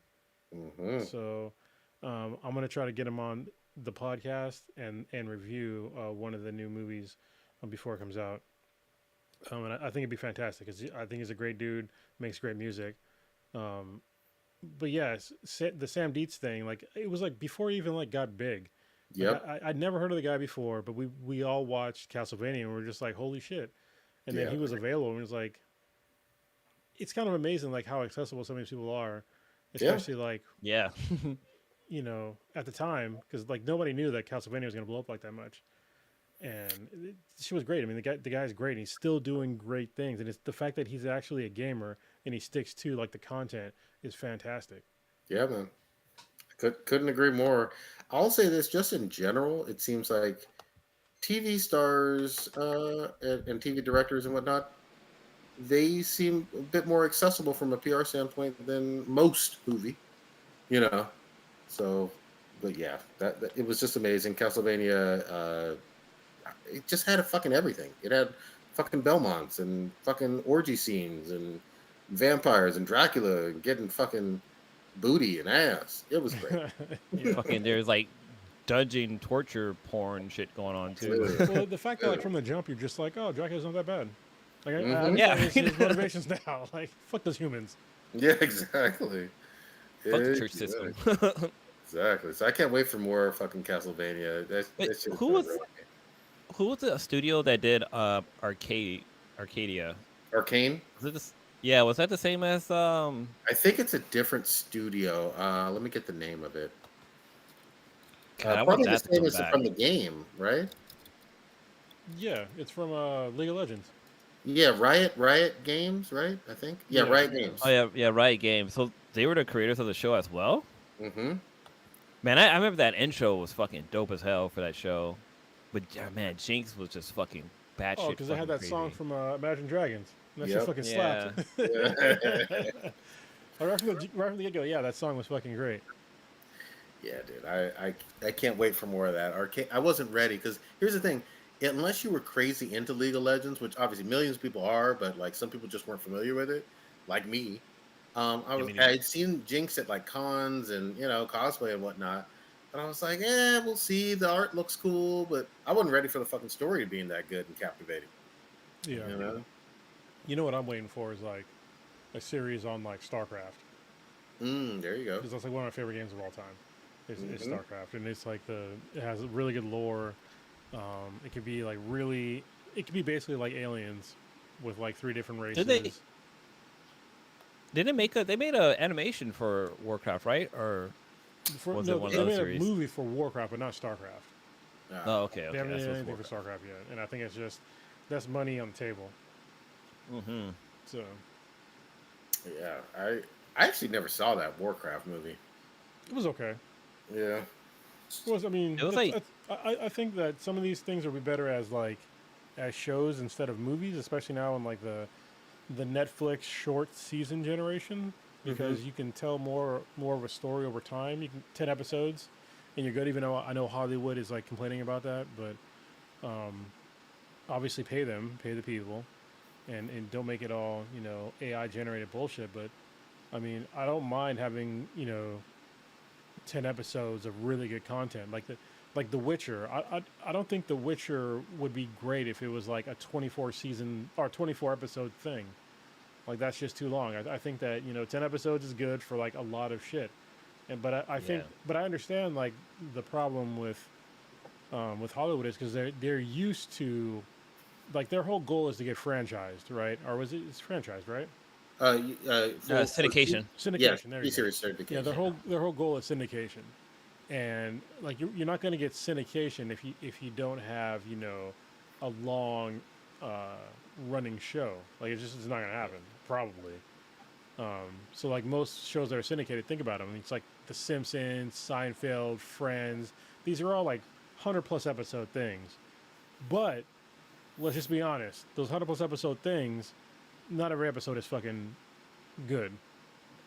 Well, you're absolutely right. Then the other thing though, there was a huge change, especially for sitcoms. Most of them are not episodic, and like they're just standalone episodes Yeah, of. that's what that's what I think. That's like it's a change for like the way that people want to consume like media. It's Mhm. like we don't want monster of the week or joke of the week or whatever of the week. Like we want to see like a coherent story told over time. Yeah, And if you can pack that full of content, this is the weird thing for me is like a lot of shows now that are like 10 episodes and something like that. Like they're usually like an hour long episode. hmm And the fact that some of these actors and like people that create these shows are losing money, I'm like, how the fuck are you losing money? Because well, it's not their fault. How is the studios paying them less when they're still putting out almost the same amount of like time yeah, in the show? You know what I yeah, mean? So like these shows that we have now, like The Witcher, can we give an example? Yeah, it might be 10 episodes long, but that's basically 20 episodes of a normal 30-minute like sitcom. So like, why aren't you Yeah. paying them the same amount as like of like a 20 episode show? Like that doesn't make any sense to me. yeah, and especially given the fact that some of these shows are mega fucking hits. Yeah. Squid Games, a Wednesday, an Andor, whatever, Last of Us. Like, if it's a huge hit, um, millions of people are going to watch it, and sometimes they don't watch it at the same time either. You know what I mean? Some Yeah. people will watch it 6 months later, 3 months later, a year later, and it just kind of keeps generating revenue for you.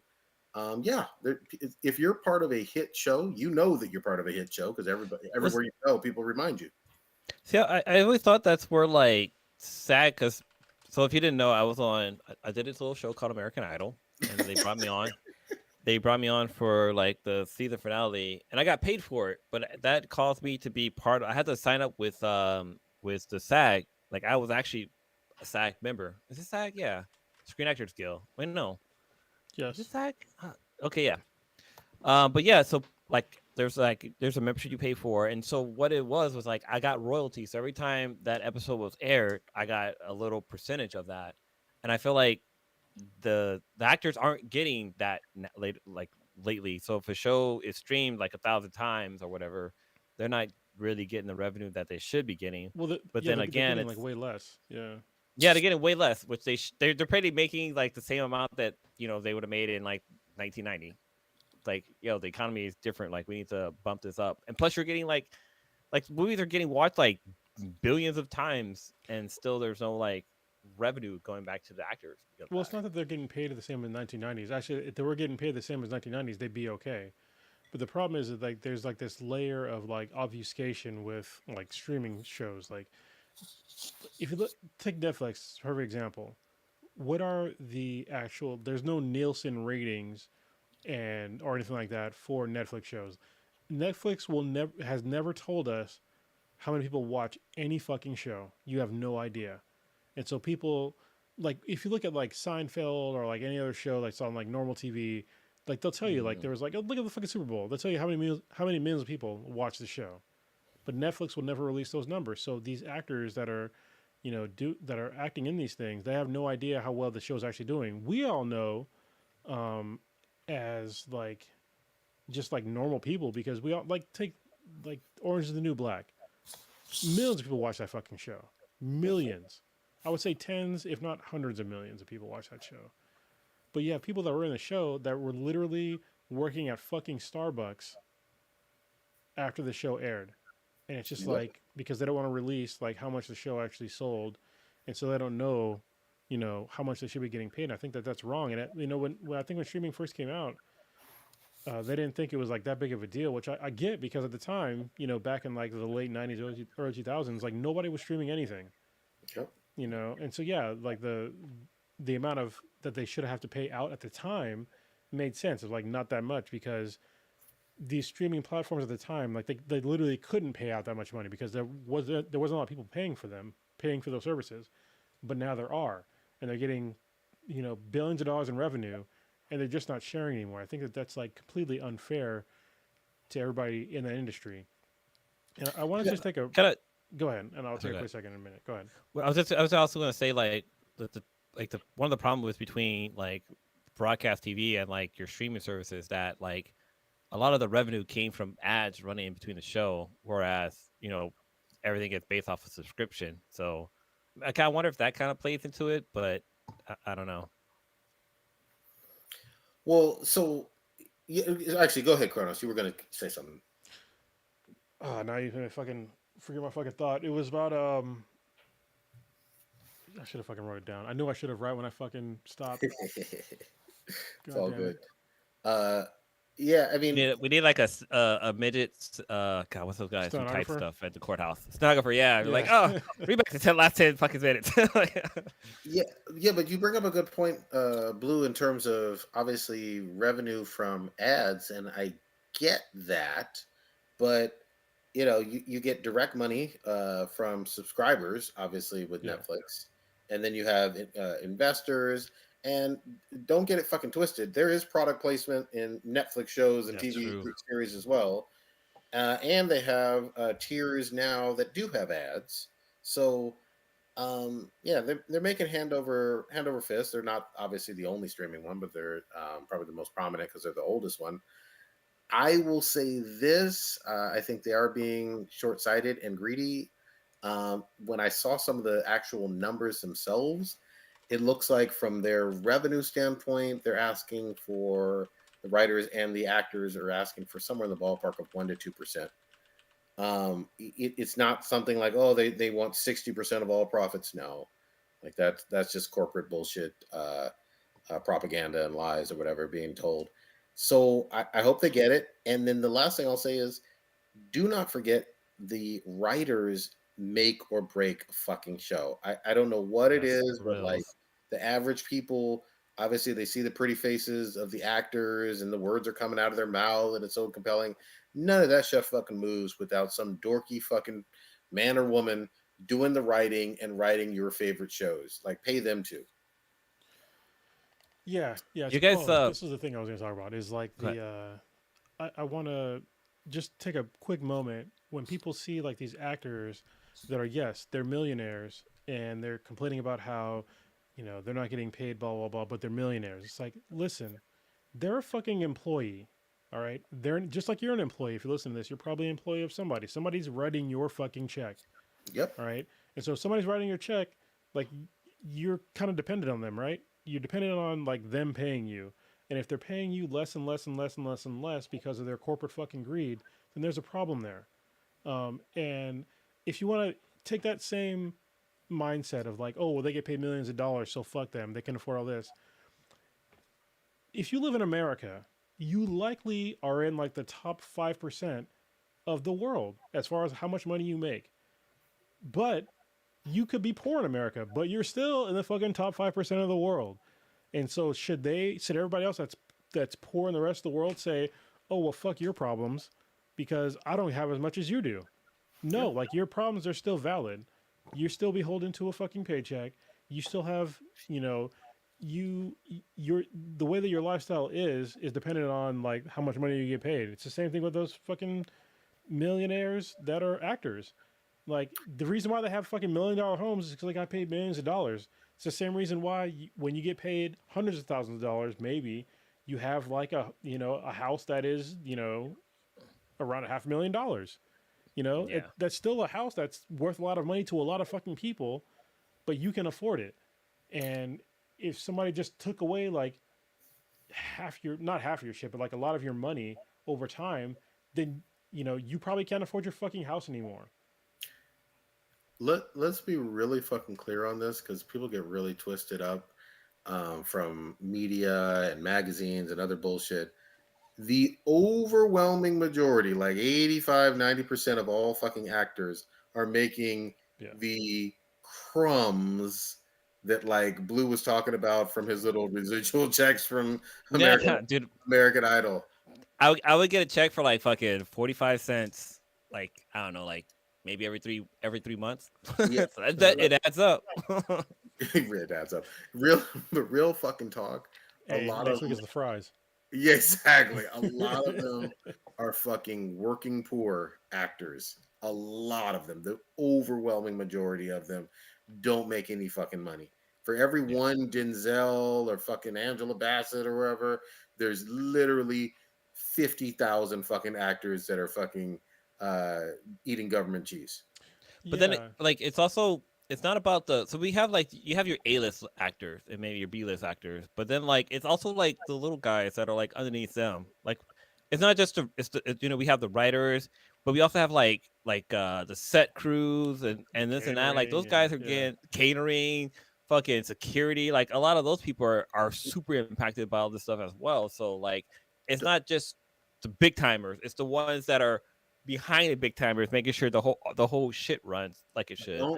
Don't fucking neglect the fact that the fluffer needs to get paid too. Yeah, Like, come on now. You know what I mean? Like, how you gonna do the scene without the fluffer? right. Somebody's got to get it hard. I mean, somebody's got to have the banana on the scene. Yeah, right. Holy shit. But do you guys hear about like what one of the studios did at one of the picket lines regarding trees? I did. Yeah, this. Go ahead. Go ahead. This is so fucked up. So where some of the writers and stuff were picketing. I mean, here in California, or at least like if we've had some really hot weather, like a couple of days, we had a heat wave and stuff like Hold that. on, real quick though. Where me and Prodigy are at, it's pretty nice. I'm just saying. Dude, It's not bad. it was like 70. It was 70 degrees here in the Bay Area today. Oh, It was nice. Yeah. it was so nice. But anyway, so yeah, it's been like super hot. So like people need shade to do what they need to do. Apparently, the studios came out without the city's permission and fucking cut down. They didn't cut down the trees. They basically groomed the trees to the point where they didn't have any branches or leaves or anything. So they were just basically like stumps. No, it wasn't even stumps. Like they still had like their figures and stuff like that. But basically, there's no shade for the people picketing, and that was like a way. I'm assuming it's a way for the studio to get the people to stop fucking protesting in the area. Yeah. But the So downside of it all is that like they cut the trees outside of the season that they were to be pruned or whatever. So most likely these fucking trees are gonna fucking die.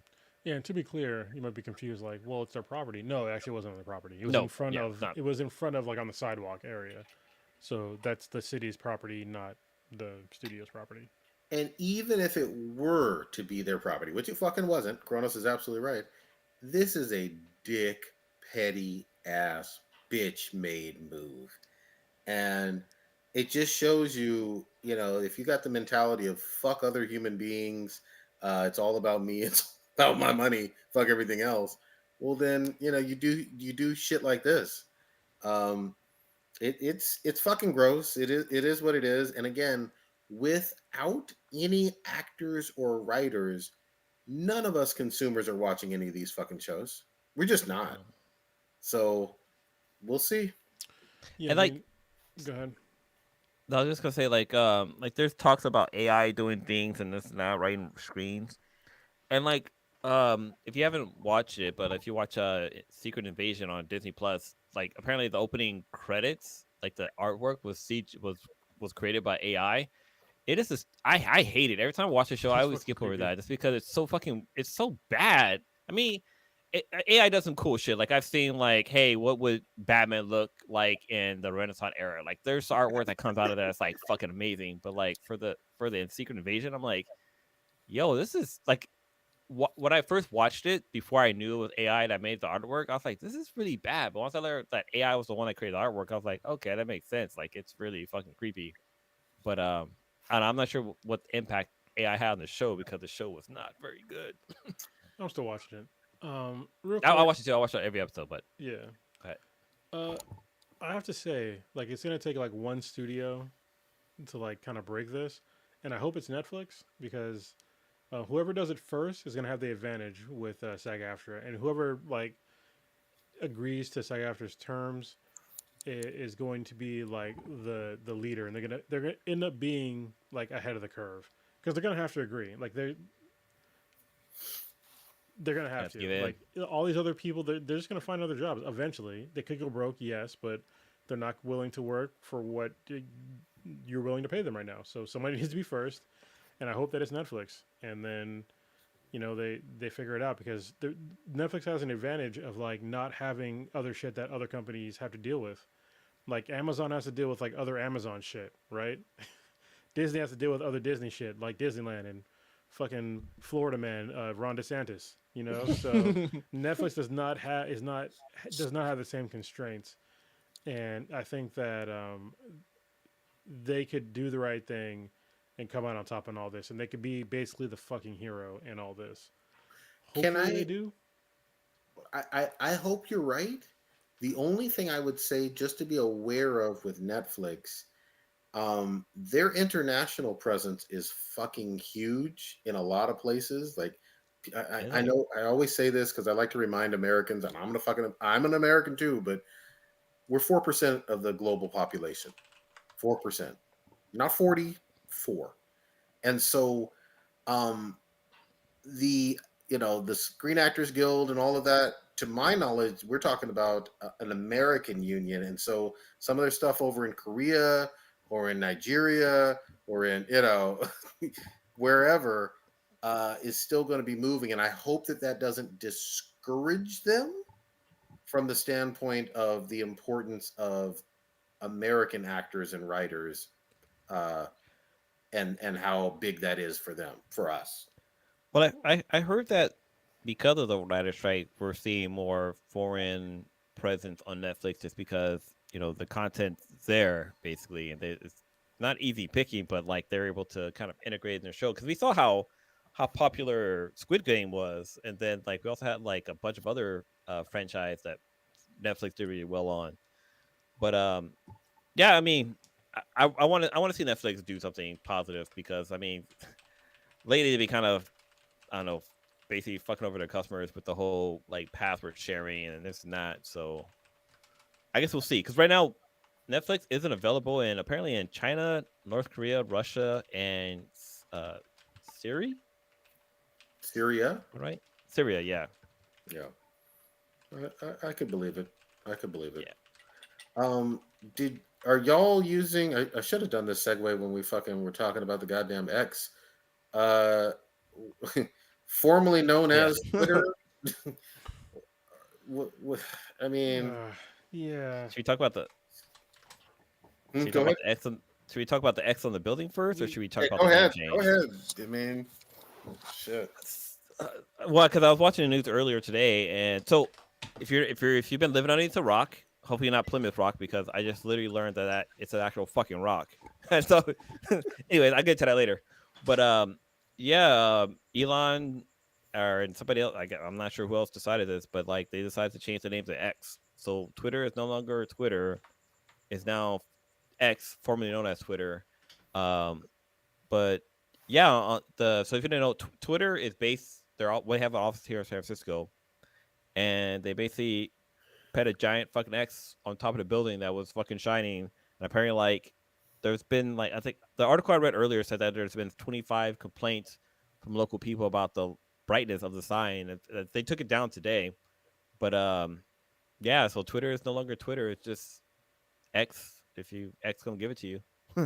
What's your guys take on this? Because I don't know, it's kind of lame to be honest. They should have kept it Twitter, but I don't know. It's another Elon Musk putting his foot in his ass, basically. Banana in his ass. Yeah, banana in his ass. No chocolate banana. I guess it'll be chocolate after a while, but Oh god damn. Go ahead, Kronos. You with us? you still there? He looks frozen. He's looked frozen the whole time, from my standpoint. But No, it looks like he left. so yeah, I mean, I know you're a huge Twitter fan, and I heard like you decided to step down, right? I finally fucking deleted the app, man. I'm so fucking sick of Elon. he knows how to ruin like one of the best things about the fucking internet. You know what I mean? Uh, Twitter is awesome for just funniness, for news, for shit tweets, for all that other stuff. And everybody knows you got fucking duped and paid 8 times what it's fucking worth. You know what I mean? Mm-hmm. Because you're a fucking idiot. And then you do that dumb shit where you allow anybody to get a verified account, and then literally you see companies like uh, some that sell defense stuff to the Department of Defense, or manufacturers of insulin saying, "Oh, it's going to be free insulin" or whatever, and their stock value goes like this. Um, he's just fucking dumb, man. And Yeah. We're talking about Elon. yeah, Yeah. I'm just this is a direct indictment of anybody who ever said the dumb shit of, well, so and so's rich, therefore so and so is also brilliantly smart. No, the fuck that ain't true. Like Yeah, for real. you you can be rich and stupid as fuck, man, Mm-hmm. and dumb. Not even just, oh well, he must be a financial genius. No, the fuck that ain't true. No. That ain't true for shit, man. You could be a fucking dumbass financially and just have enough money to skate by doing dumbass financial shit. This was a Did you? huge loss for him, but he still got more money than fucking anybody fucking knows what to do with. But let me just say this really quickly too, because I think Oh shit. oh, here. Well, we got fucking Stitch up in here. There we go. Oh, we do. Hold on. You're not in yet, man. Give me a sec. Oh, I can see him. Oh, No, you can hear them, but you can hear me. It's a new setup. Hold oh, on. Now I gotta. Can you hear me now? he's talking to you. Me? Yeah. Yes. Yeah, I can hear you the entire time. Yeah. No, I know you can. It's like the new setup is a little weird. I have to like pull you in. So like when Yeah. you So join, bas- you can hear everybody else, but I can't hear you. yeah, basically you're in the Okay. lobby, and we can hear you, but yeah. Yeah, I'd press Okay. buttons to pull you in. What's up, man? But kind of, Chilling. I didn't mean to mess up in the middle of what you were saying, but go ahead. well, no, because kind of jumping on what Prodigy was saying about Elon Musk is that I saw today. So apparently you can pay to be verified on Twitter, right, or X, where the fuck you want to call it now. But they released an update to the app where you could hide that you're verified. You know What the fuck? Yeah. So the reason why is because people know that people are paying for it now. Like the only way to get the blue check mark is if you pay for it. And so I would see like all these blue check marks, but it'd be people with like 200 followers, and it's like, why are you paying for this service? It's basically the reason why he did it is because these people they look like fucking chumps because they are. You just march to him. You're paying this dude money for something that you shouldn't. First of all, you shouldn't even have. Yep. You know what I mean? You shouldn't have a blue check mark. Like the whole reason that you had a blue check mark for Twitter was to verify that you were the person that you said you were, and then you had a certain amount of followers. Basically, that you were actually fucking important. But he just got rid of all that credibility by just, hey, you could just pay for it. And so yeah, people that I was really confused, and I was seeing like, why do I see these people with blue check marks when they have like they're like fucking nobodies? And it's fine being nobodies. I'm a fucking nobody. But being able to pay to make it seem like you're on like Donald Trump's level of whatever, just seems like ridiculous to me. And it's the reason why people are leaving, Twitter/X, and like changing the name to X is just fucking stupid. And it is so transparent because if you look into Elon Musk's history of business, which is fucking ridiculous, one of the first things that he made was X.com, and they made him change it to fucking PayPal because X.com it's stupid. It sounds like a porn site. It does, and he just thought it was like the greatest idea ever is X.com, and so now he eventually he bought something that he thought that he could rebrand, but you can't rebrand Twitter into something that's not fucking Twitter because that has nothing to do with Twitter like at all. The other thing is, dumb. when you're on Twitter, you're supposed to be tweeting. If you're on X, you're Xing. No, it's crossing if you're Sony. Okay. Yeah, and let me just say this really quickly too, because people always like have trouble with fucking numbers. Most people are shit tier at math. 1 1,000 millions is a billion, and he spent billions on this app and has lost billions of dollars. Like the value of this app formerly known as Twitter has just been in the toilet ever since he took it. It boggles the fucking mind, man. He's fucking dangerously dumb in terms of financial responsibility. Not to mention all the stuff with terrible apartheid South Africa and all that. But I'm even leaving that alone. He's a fucking idiot. I mean, I talk about it because like when you talk about like his actual wealth, because people continue to forget he's not a fucking entrepreneur. This motherfucker did not start from the bottom. He started with gems in his pockets that were dug out of the ground by African children. Yep. So that's where his money came from. He didn't just fucking. He wasn't some business genius. He didn't go to some business school. He's just an asshole whose daddy was rich, off of fucking human suffering. So fuck that guy. Yeah. Stitch, sorry you joined right in the middle of Elon hate fest. What's going on with you, man? Come on in. What? None much. Obviously, I mean, saw you a couple of days ago in San Diego and everything with Chula Vista. So same stuff, but just been playing some Warzone, dealing with baby dad life, and for the most part, crabby 3-year-old and stuff, dealing with the potty training and all that stuff. So nothing real drastic, just another day in dad world for the most part. Gotcha. I know you went on that Call of Duty. Me, you, and Old Ninja were able to finish off a raid the other night. Yes, I died 11 times. Yes, it was platforming. Yes, those jumps were fucking bullshit. Every goddamn time. But goddamn it, I will say that the platforming stuff is hard, but it's purposely hard with the because you got lasers and stuff, and the patterns are pretty complex. I will say that it took me a while at like staring at it, and it's almost like it's not even like a double Dutch kind of pattern, because it's like, okay, I missed it this time, so it's going to come back around. And it's like, no, you got to wait 3 rotations of that one to come back for you can actually progress through the maze. So I was able to sort of figure that stuff out, but Old Ninja's hilarious. Tried to direct him through one of the first parts in the raid. Obviously it's a team effort, so there'll be 2 people that are like watching another person go through it on the cameras, but the person that's going through is blindfolded. So it would be as if Blue's character couldn't see, his screen's completely black. And so me and like Prodigy would have to verbally tell him like, okay, turn your guy 90 degrees to the right.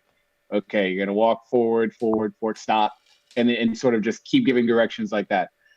We tell Old Ninja to stop. He's going for another 3 seconds. He's like, it said I was blocked. I'm like, you can't be blocked. We're watching you walk. So right off the bat, our attention. It took a long hour. I think it was about 4 hours it took us to get through that thing. But we were on that game Monday night from 8:30. I think it was twitched out, but 8:30 till about 2:30 in the fucking morning. It was about 6 hours then, yeah. Yeah, but we fucking finished that one raid, and long live Call of Duty, man. That shit was fun. I love raids. I love and hate them. It just is what it is. I haven't played any of them. Dude, did you have Modern Warfare 2? I think so. Yeah. Yeah, dude. I mean, it's fucking worth. We're trying this a 3-man raid, but wait, did Modern Warfare 2 came out on the PS3? Like, just you guys playing on older console? There was a remake. Oh, it was a remake. Oh, okay. Actually, no. All the feels like. Hold on, I'll tell you in a second. It's the second Modern Warfare 2. You know, Modern Warfare squared. There you go. But yeah, I mean, this shit is fucking fun. Are you watching anything of late other than? Oh no! Hold on. Let me blow this up. So, Stitch got me into a new kid show. What was it? Karate Sheep. Sheep. This shit has no fucking words at all. It has this mama karate sheep character that's just doing all this fucking cool karate and martial arts moves and trying to beat up this wolf, but it's like on some Tom and Jerry Looney Tune shit, Wait, but what are no you talking fucking about? Hold on, what are you bird. talking about? It's a Karate kid sheep. show. Karate sheep? Karate sheep, man. That shit fucking hooked me in. No words at all, but you fucking get the feeling and the emotion. I've been watching. I watched You, like 10 have you episodes. seen it, Blue? No, I haven't seen it. I'm looking at the fucking like the trailer for it. It looks fucking crazy, dude. Dude, this shit. It's pretty fun. Storm was hooked on it instantly, and she'll just be like, she'll just point out sheep, baby sheep, blah blah blah. It's funny. It's sort of got some Roadrunner Coyote vibes to it. Also reminds me of like when Coyote would battle that sheepdog in the Looney Tunes battles. Though it's sort of a yeah. modern version of that. But it's really entertaining. The animation on it's really, really good. It kind of reminds me of a little bit of like Ren and Stimpy, like when there would be like scenes where like, let's say Ren would freak out and they go in like a close up of his face and it'd be all like detailed and you could see all like the hairs growing out of his chin and stuff. So they do a lot of really cool animation on it that really got me hooked. But it's a really fun show, and Storm loves it. I mean, it's nothing really overly educational. So whenever she's, let's say, in a grumpy mood or something like that, or she's had a good day, I just let her watch a little bit of Karate Sheep just to hang out and sit on Dad's lap. I mean, yeah, kids, but yo, this is it. I like this one. This one kept me moved and entertained. You know what makes a really good kid show is when adults can watch it too. Like fucking Bluey, for example. Like I watch Bluey more than my kid does now lately. Like he doesn't give a shit about Bluey, but I'm like great. Bluey is fucking awesome. But then like there's like we started watching Number Blocks, and I mean that show it's fun and all, but like it's like literally teaching the kids math. I'm like, holy shit! Like when a number block, like so there'll be like a number 1 number block and like a number 3 number block, and like they'll be playing around. And so, for some reason, like number 1 would jump on number 3. And be like, oh shit, they're about to form number 4. It's almost like they're forming Voltron or some shit. But it's just entertaining for me to watch because I know like it's math or whatever. But I don't know. Just so far, Karate Sheep from the trailer I'm watching, it looks pretty fucking funny. It's kind of like it reminds me of oh god, what's the name of the show? The one with the blue cat with his fish friend. And his dad's you're talking about Amazing World of Gumball? Yeah, Come on now. Gumball, it's kind of like that, man.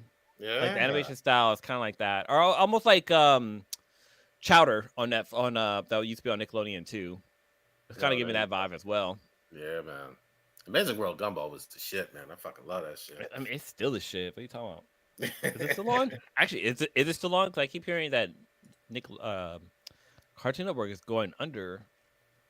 They'd be alright. Don't jinx it, man. How dare you? Yeah, Cartoon Network has had rumors of going under since it fucking began. Like, yeah. Well, with all the writer strikes, that's what I'm hearing. Oh yeah, well, who owns them? Again, I guess whoever owns them. I mean, wouldn't it be TNT or TBS or whatever, Turner something? I think so. I think they used to. I thought they were sort of attached in a certain way. Yeah. I don't know. But I don't know. And then I was gonna start that show that you were talking about maybe like a month or 2 ago, that you said was real trippy. I know that's not much of a description. Yeah, that one.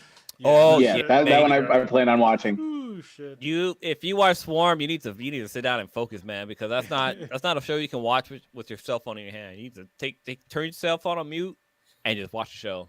Well, I mean, it pulls you in like the insanity of this fucking show. Like almost right away, like you're just like, what is happening right now? Like, why is she? What is she doing?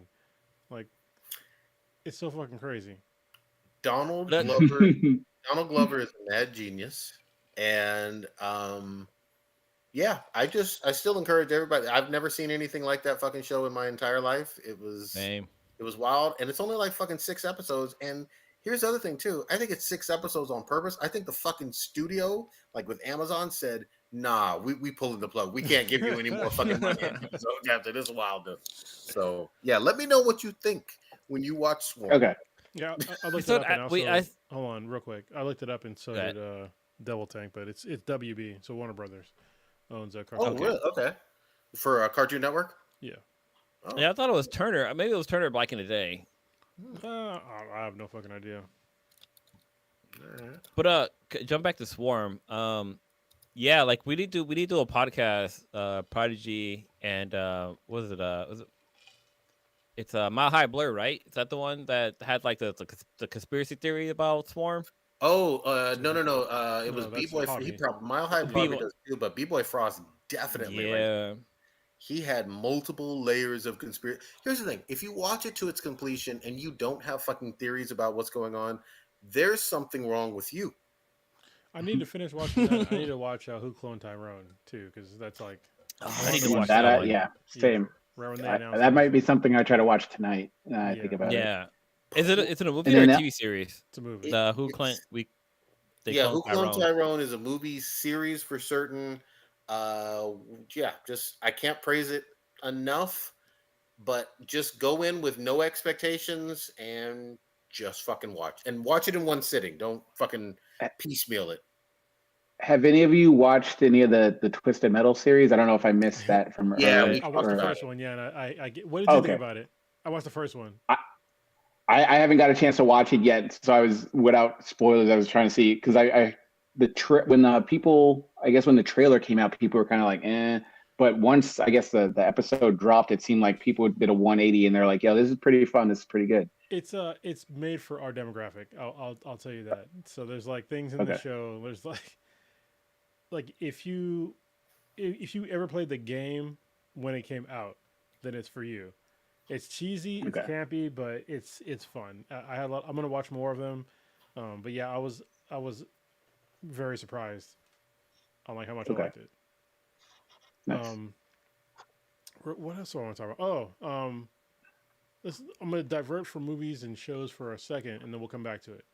I want to talk about actually Taylor Swift. All right, y'all know I'm not a fucking Swiftie. I'm not a Taylor Swift I fan. am. Are you really? Swizzle. I mean, could be. I God. don't fucking care. No, so I only like Taylor. I like Taylor Swift just because I like to call her T Swizzle because of the video she did with T-Pain, where damn. she freaking curses. She curses, but she doesn't curse, and just the whole audio. I don't know. That's like one of my favorite I guess SNL parody. I think it's SNL. I just think it's fucking funny. But apparently, so sorry not to cut you off, Project or Kronos. But the necklace that T-Pain is wearing, where it says "I bought this big ass chain," it's like a legit chain that he paid for, that he paid millions of dollars for that video, and it's not fake. Like it's a real diamond crusted gold chain that he purchased. Wow. But yeah, anyways, go T-Pain's ahead. a real one. I'm just saying. I have more He is. appreciation of T-Pain as I age, and I go back and listen to his music. It's like he's just telling love stories. I'm gonna buy you a drink. No, Yeah. no. He is not. He is. All of his songs about thirst trapping. He even says it on his podcast. If you listen to Nappy Boy podcast, he talks about how all of his songs, like he goes to a strip club and he spent a bunch of money because he fell in love with a stripper. Thirst trapping.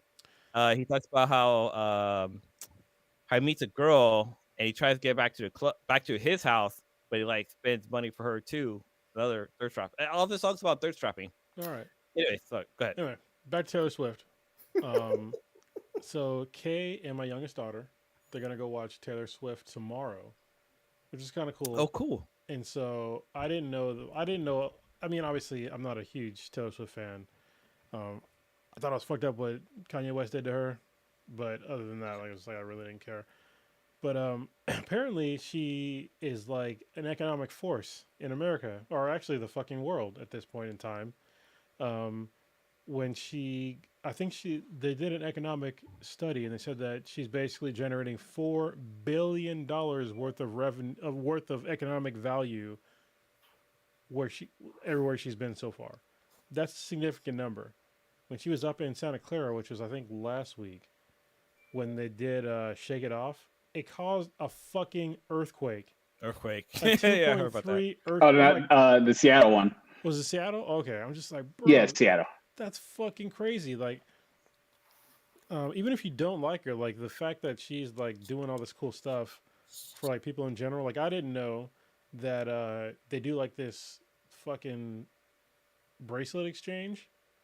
So Kay, Kay's mom and our youngest daughter, they made over 50 bracelets to just give to people that are at the concert, and they all just exchanged these fucking bracelets. And so they Yo, made like these bracelets with like, I guess not tiles, but like beads on them with like names of like her songs on them. so I've heard about this. Like I never understood what was happening. Like a local radio station here, one of the DJs were going to his Head Switch concert, and she was talking about making bracelets. Yeah, And I was like, what the fuck? Like, are you making like friendship bracelets? But I didn't know this was like a global thing yeah, for it's a Taylor thing. show. Yeah, and it's a Wow. thing where like when she came to this actually was Santa Clara or somewhere in the Bay, because wherever stadium she was going to in the Bay, they said that you can't do that here, and then she was like, Yeah. nah, like they need to do that here, so they had to change their policy because people were going to bring out all these bracelets, and she also recently paid $100,000 bonus to all of the truckers that truck around her shit. I'm like, who the fuck does that? That's cool. Like no matter who the fuck you are, I don't give a shit if you're singing like country. Like that's cool as fuck to do, which I guess she did back in the day, but that's cool as fuck to do. Like give like the people that are actually helping you, get your shit around like a bonus. And apparently she paid out $55 million worth of bonuses so far on her tour, and I just think that that's fucking cool. Yeah, My girl I'll T give Taylor Swizzle. Swift some love. yeah. I mean, definitely has a whole army of fucking fans. I didn't realize, or I heard something about the earthquake stuff, but cool. Yeah, yeah. I'm not I the just demographic. I think it's pretty cool the fact that she like pays extra. Like she gives her. It almost gives me the Keanu Reeves vibe where he played like the stuff. He gave all the stuntmen like a new fucking Harley Davidson. Like it's these is actors and performers understanding like it's really the little man that really makes you who you are. Like I mean, Taylor Swift isn't going out there fucking building a goddamn set. Like she could have her fucking stage. Like she wouldn't have their presence on the stage if it wasn't for the people behind that was helping her. So I mean, it's kind of cool that she recognizes those people and make sure that they get some kind of compensation for it because I don't know these people probably make like I don't know a little bit more than minimum wage. Maybe they probably make decent amount, but having like a good bonus I just mean, makes you if you give appreciate the work you do. any normal person $100,000. Yeah. Yeah. Come on. Y- And also, I forgot to even mention that most people probably don't know this if you're not a Taylor Swift fan. I knew about it, even not as a fan, even like external to Kay and my daughter. But she got super fucked with her contract. With the banana? Not with the banana. No, the banana. Yeah, no. It had to do with her studio. They fucked her with like Mm. every like they basically owned her all of her shit, and they basically just took it all away from her. And so like she wasn't getting paid for like I think it was like the first few albums that she made, like any of the songs. And so she had to go back through and like remake all those albums again so she can actually get paid off of them. And so and it's actually kind of weird because like I don't know if you pay attention to the news, but recently they said that she has the most #1 albums of any female artist ever. But they need to put an asterisk on there because like a lot of those albums, they're basically it's because she remade them. But I mean, she definitely deserves the praise, but it's because she had to remake the albums again and she platinumed them again. Industry And even rule. if Go ahead. I was gonna say, and then I mean, this tour has been a huge thing. Like even before it kicked off, I remember when Ticketmaster was having problems with the demand when people were Oh trying yeah. to go out and buy the actual tickets for it. I've seen friends down in like Louisiana. One of my friends flew to the Seattle show to go to that one. Another friend out there came to the Santa Clara one this past weekend. Yeah. But even if you think about it, I've been to a couple concerts before, and I think for the most part, all the concerts I've been to that I recall were in like arenas, like basketball arenas. I've been to a couple like outdoor venues, sort of like the Woodlands in Houston, but all the ones that she's been doing on this tour, to my knowledge, have been at football stadiums. where like a normal basketball arena holds like maybe like 20, 30,000 people. These are all at football legit like 60, 70, 80,000 plus venues. I know the one in Seattle was at Lumen Field. The one just now was at Levi Stadium. I think they're going down to LA for SoFi, and I mean, yeah, seeing them, yeah. they're all at massive NFL sized stadiums that are obviously sold out, and you got people that are on the ground level. So I don't even know how many people they're packing in these stadiums, but it's yeah. I mean, it would essentially be a packed fucking house. So I did a quick Google search to find out like what the whole significance of the whole bracelet thing. Apparently, one of her songs, there's a lyrics on one of her songs where she talks about where she says, "So make the friendship bracelet, take the moment and taste it. You've got no reason to be afraid." And this is from her song "You're on Your Own, Kid," from her Midnight album. So I guess no apparently yeah. people are taking this and running with it. But I mean, it's kind of cool because I remember like back in the day for me, like being a kid of the '90s or whatever, like I've seen NSYNC and like Backstreet Boys like doing fucking stadium tours. Like there wasn't arenas, there was stadium tours where basically like they were taking over like football fucking stadiums, stuff like that. So the fact that Taylor's doing the same, just she's out there making money. She's making money moves. That's all I gotta say. There you go. And she's giving back. That's the more important part. And she give back. She's making money moves and paying and giving back. Because like we live in a society where you just make as much as possible and you fuck everybody else over. And even though I'm not a Taylor Swift fan, the fact that she's giving back to like the people that are helping her means a lot. And I think that is a good message for the world. There So you go. one quick thing. The main reason why I looked up the whole bracelet thing is because I want to see if it was like. So there was a time and place where like bracelets represented like certain sexual acts that you would do. Do you guys remember that? I sure Like do. if you had like a pink bracelet or a black bracelet or like a brown bracelet, like there's certain things that you do. So I was wondering if maybe there's some kind of swinger shit going on with these bracelets, but there's not. Yeah, I was gonna say not with that. That's definitely the wrong demographic. Yeah, well, I mean, these bracelets were going through high school, so that would probably be like the starfish type of demographic. And if y'all know what I'm talking about sexual acts, starfish. Oh boy. Yeah. Good shit. We wanna wrap it.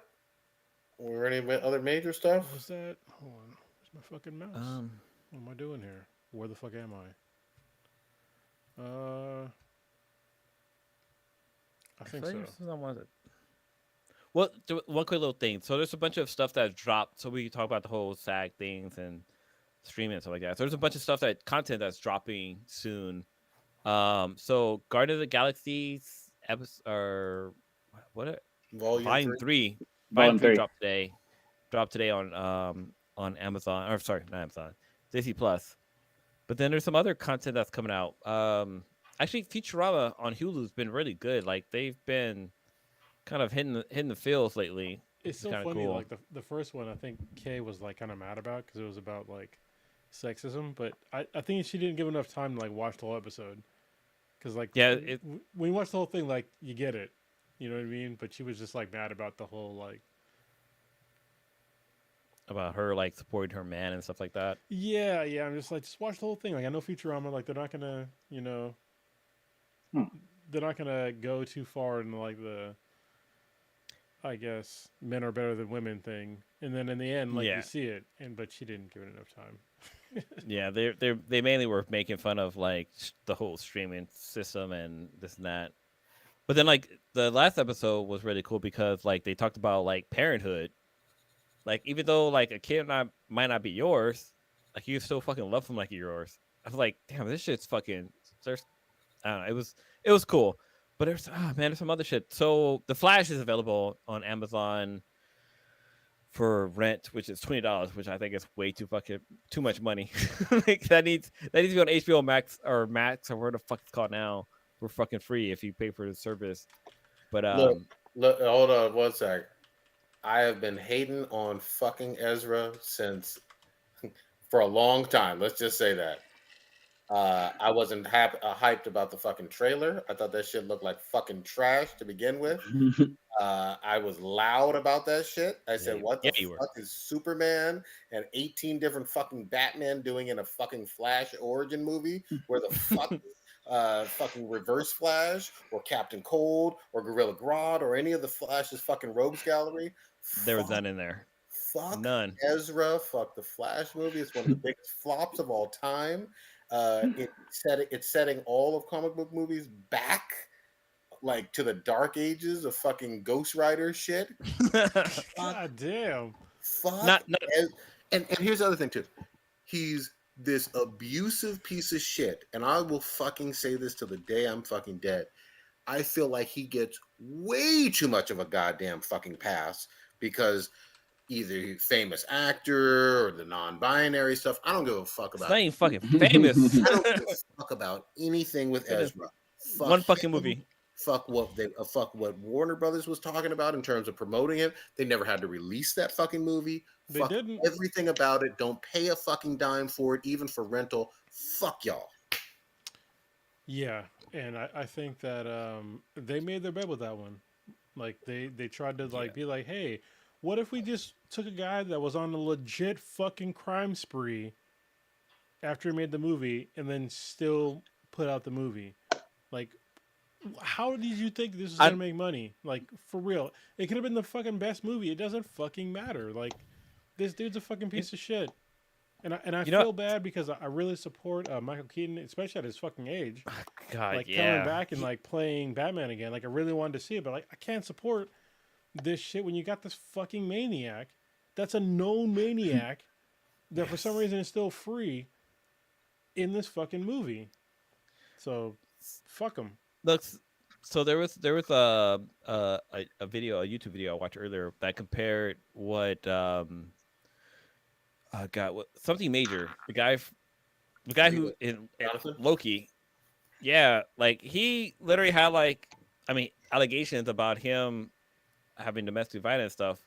We had fucking Ezra Miller, who has confirmed police reports. We have police reports of him like kidnapping, like grooming people, going to somebody's house where they were about to have fucking like a little threesome, like shit just going sideways. Like, the hell is this shit happening? But this motherfucker still is at large. Like, he's still out there. But like Jonathan Major, we're like, oh, we need to cancel him and like we need to strip him from his. We need to take him out of the Loki series. He was in fucking what's in Craft Country. Let's take him out of that. Like, it's all the shit was happening with this one guy for one little thing where he has the other guy who's just basically fucking running a menace. Here's the thing. Ezra is a habitual fucking line stepper. we all fucking knew it. And here's the other thing too. The Flash is a great character. They fucked this up so goddamn badly. There's no reason why in 2023 the Flash shouldn't have had 3-4 solo movies of his own as a character if you were doing things right. You know, multiple ones of Barry, multiple ones of Kid Flash too. You know, I mean, like, there's a whole bunch of things you could do with Speed Force and all that. Like, seriously, if they would have put like, probably like, let's say they put $100 million just to take Grant Gutson from the CW Flash and just CGI him into the fucking movie, they would have made that movie. They would have made their money back tenfold. I mean, because I saw the movie. The movie was decent, but like just knowing his history just made the movie fucking horrible. Because like the girl who plays Supergirl was amazing. Michael Keaton character was amazing. We have Zod that came back in the show. He was amazing. Like, all the shit that was happening, like the whole plot. The plot made sense. I mean, it wasn't the whole Flashpoint paradox because of certain things that happened, but like it still was a decent movie. Just because of him being in it, just made it bad. I will never in my life forget the actor that played General Zod going Oh yeah. on basically the fucking red carpet or right after the red carpet and being like, fuck this movie, fuck Warner Brothers, fuck the DCEU. I just did this for the fucking check. They ain't shit. This one wasn't anywhere as good as Man of Steel. Like he went off on it. Yeah, he did. Like literally while people are asking him, so, how do you feel about the greatness of the Flash finally getting a movie? Well, let me tell you how I really feel. So, I don't know. Sorry, Ezra sets me off. Just fuck everything about him. Like, ugh. Yeah, Let's wrap it up. yeah. Ezra gonna get me going again. Stitch, what you got going this week, man? Oh, geez. Not much. Got work going on. Just sort of settling back in the house and everything after the trip. I am getting nominated at work for a life-saving award. Well, not Hey. nominated, but I earned a life-saving award at work. So they're having this city council presentation in a medal pinning kind of thing. Mr. X is going to be there, the professor and some other people around this way. So it'll be a pretty nice little shindig, and I got family coming out to watch that whole thing go down. So that'd be pretty cool. Hey, when is it happening? I'll come out and like film it. We can maybe put it on the podcast or stream it. So I'm not sure where I'll stream it because Twitter is kind of it'll weird. It'll be March. I'm sorry, not March. August 8th. So next. No, sorry, forgot what month it was. So I guess next Tuesday at Gotham City Hall. There you go. Gotham. We all know where that is because we know where he is and we know where he works. That's it. All right, Blue, what you got popping? Shit, what's going on with my life? So like last podcast I talked about how like I had an interview for a data analyst role, which is something I'm trying to get into. The interview went really well. When to get feedback of like when the next round of interview is going to be. Apparently it's going to be like a 2-hour interview with like a bunch of fucking people. It's going to be so I'm applying for a job at a startup. And so like things are a little bit different there, but I don't know, I thought it really, really well. Outside of that, my son, I mean, you guys saw him earlier before the podcast. He kind of came into the room and like he's like, I have conversations with this kid. It's like weird because like I don't have it with me, but like actually I do. Oh, here it is. So I have my like my Batman, my like little Batman figurine I have here. He used to be the same size as this. Now he's like 3 times the size of this guy. Like it's fucking crazy. Like this kid is growing like a fucking weed, and he's talking more, and he's like saying words. Like it was really cute earlier today. The Sweetness and I like I gave her a hug, and this little kid like came out of nowhere. Was like, "Aw!" I was like, "Wait, what? Like, how do you know? Like this affection that me and my wife are having is like a sweet moment." But like he literally came in and was like, "Aw," and he joined in. He's like, "I want a hug too." Like, what the hell's going on? But other than that, like it's just I don't know. It's just crazy being a dad. Like seeing somebody grow is just interesting. And I'm pretty sure Stitch and Prodigy, like all you guys all been there. Like seeing all these like stuff that happened. But we are in the month of August. I know Kronos is probably going to say this, but we're counting down to Kronos' birthday. This is Kronos' birthday month. It is. But it's also my my wedding anniversary month too. So I think we're going on 6 years. I think. Like goddamn, the time went by fucking fast. But you can't be like I think. You can't be like I think after talking about wedding anniversary. But all right. Yeah, right. But yeah, other than that, I'm just chilling. Just hopefully I can land a job soon. So I get paid. There you go. Kronos, what you got? I'm looking forward to going to the desert, but not the desert. I mean, I'm going to the desert, but I'm not looking forward to going there to go to the desert. I'm looking forward to seeing my Marines and being there for the retirement of a Marine that I've known for a real long time. So, and then seeing a bunch of other Marines that I haven't seen in a real long time. So, fucking hoorah. And hopefully none of us die of fucking heat exhaustion or heat stroke. Because we know we're all going to fucking drink out there. Mm-hmm. you know. So I'm bringing my my gallon hydration thing right here that I got, like, you know, this big ass thing, and I'm gonna drink a lot of water, but also a lot of alcohol, and There you go. and catch up with some folks that I haven't seen in forever. Like one of my my old best friends that I haven't seen in more than a decade. Like I I don't even know what to say. Like the way that I feel about like seeing his whole family again is gonna be super cool. And then I get to see Papa Bear in person again, and that's gonna be cool. Being able to talk with him, I'm really looking forward to it. Unfortunately, my fucking car is still broken down. I have to rent a car and then go up there and and then come back a couple days later. But yeah, I'm super looking forward to doing it. So yeah, that's all I got is doing some marine shit and getting drunk and probably hopefully not fighting, but maybe I will. I don't Oh know. shit! Fuck it. Why not? I can We, fight, so we all fuck know it. you can check a motherfucker out. That I Mm-hmm. can. I'm quite good at it. So Good that's all I shit.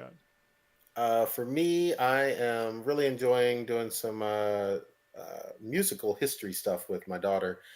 She does not believe that Beyonce is from Houston or Texas because Pimp C and UGK are from Texas, and there's just no way that you could have someone like Beyonce and UGK from the same state. I love that. Like kids are amazing because they're just Dude, very set in their ways, so that's fun. hip She hop also history. knows. Hold on, real quick before you continue. Like this is like the beginning of rap is on April. I'm sorry, August 11th.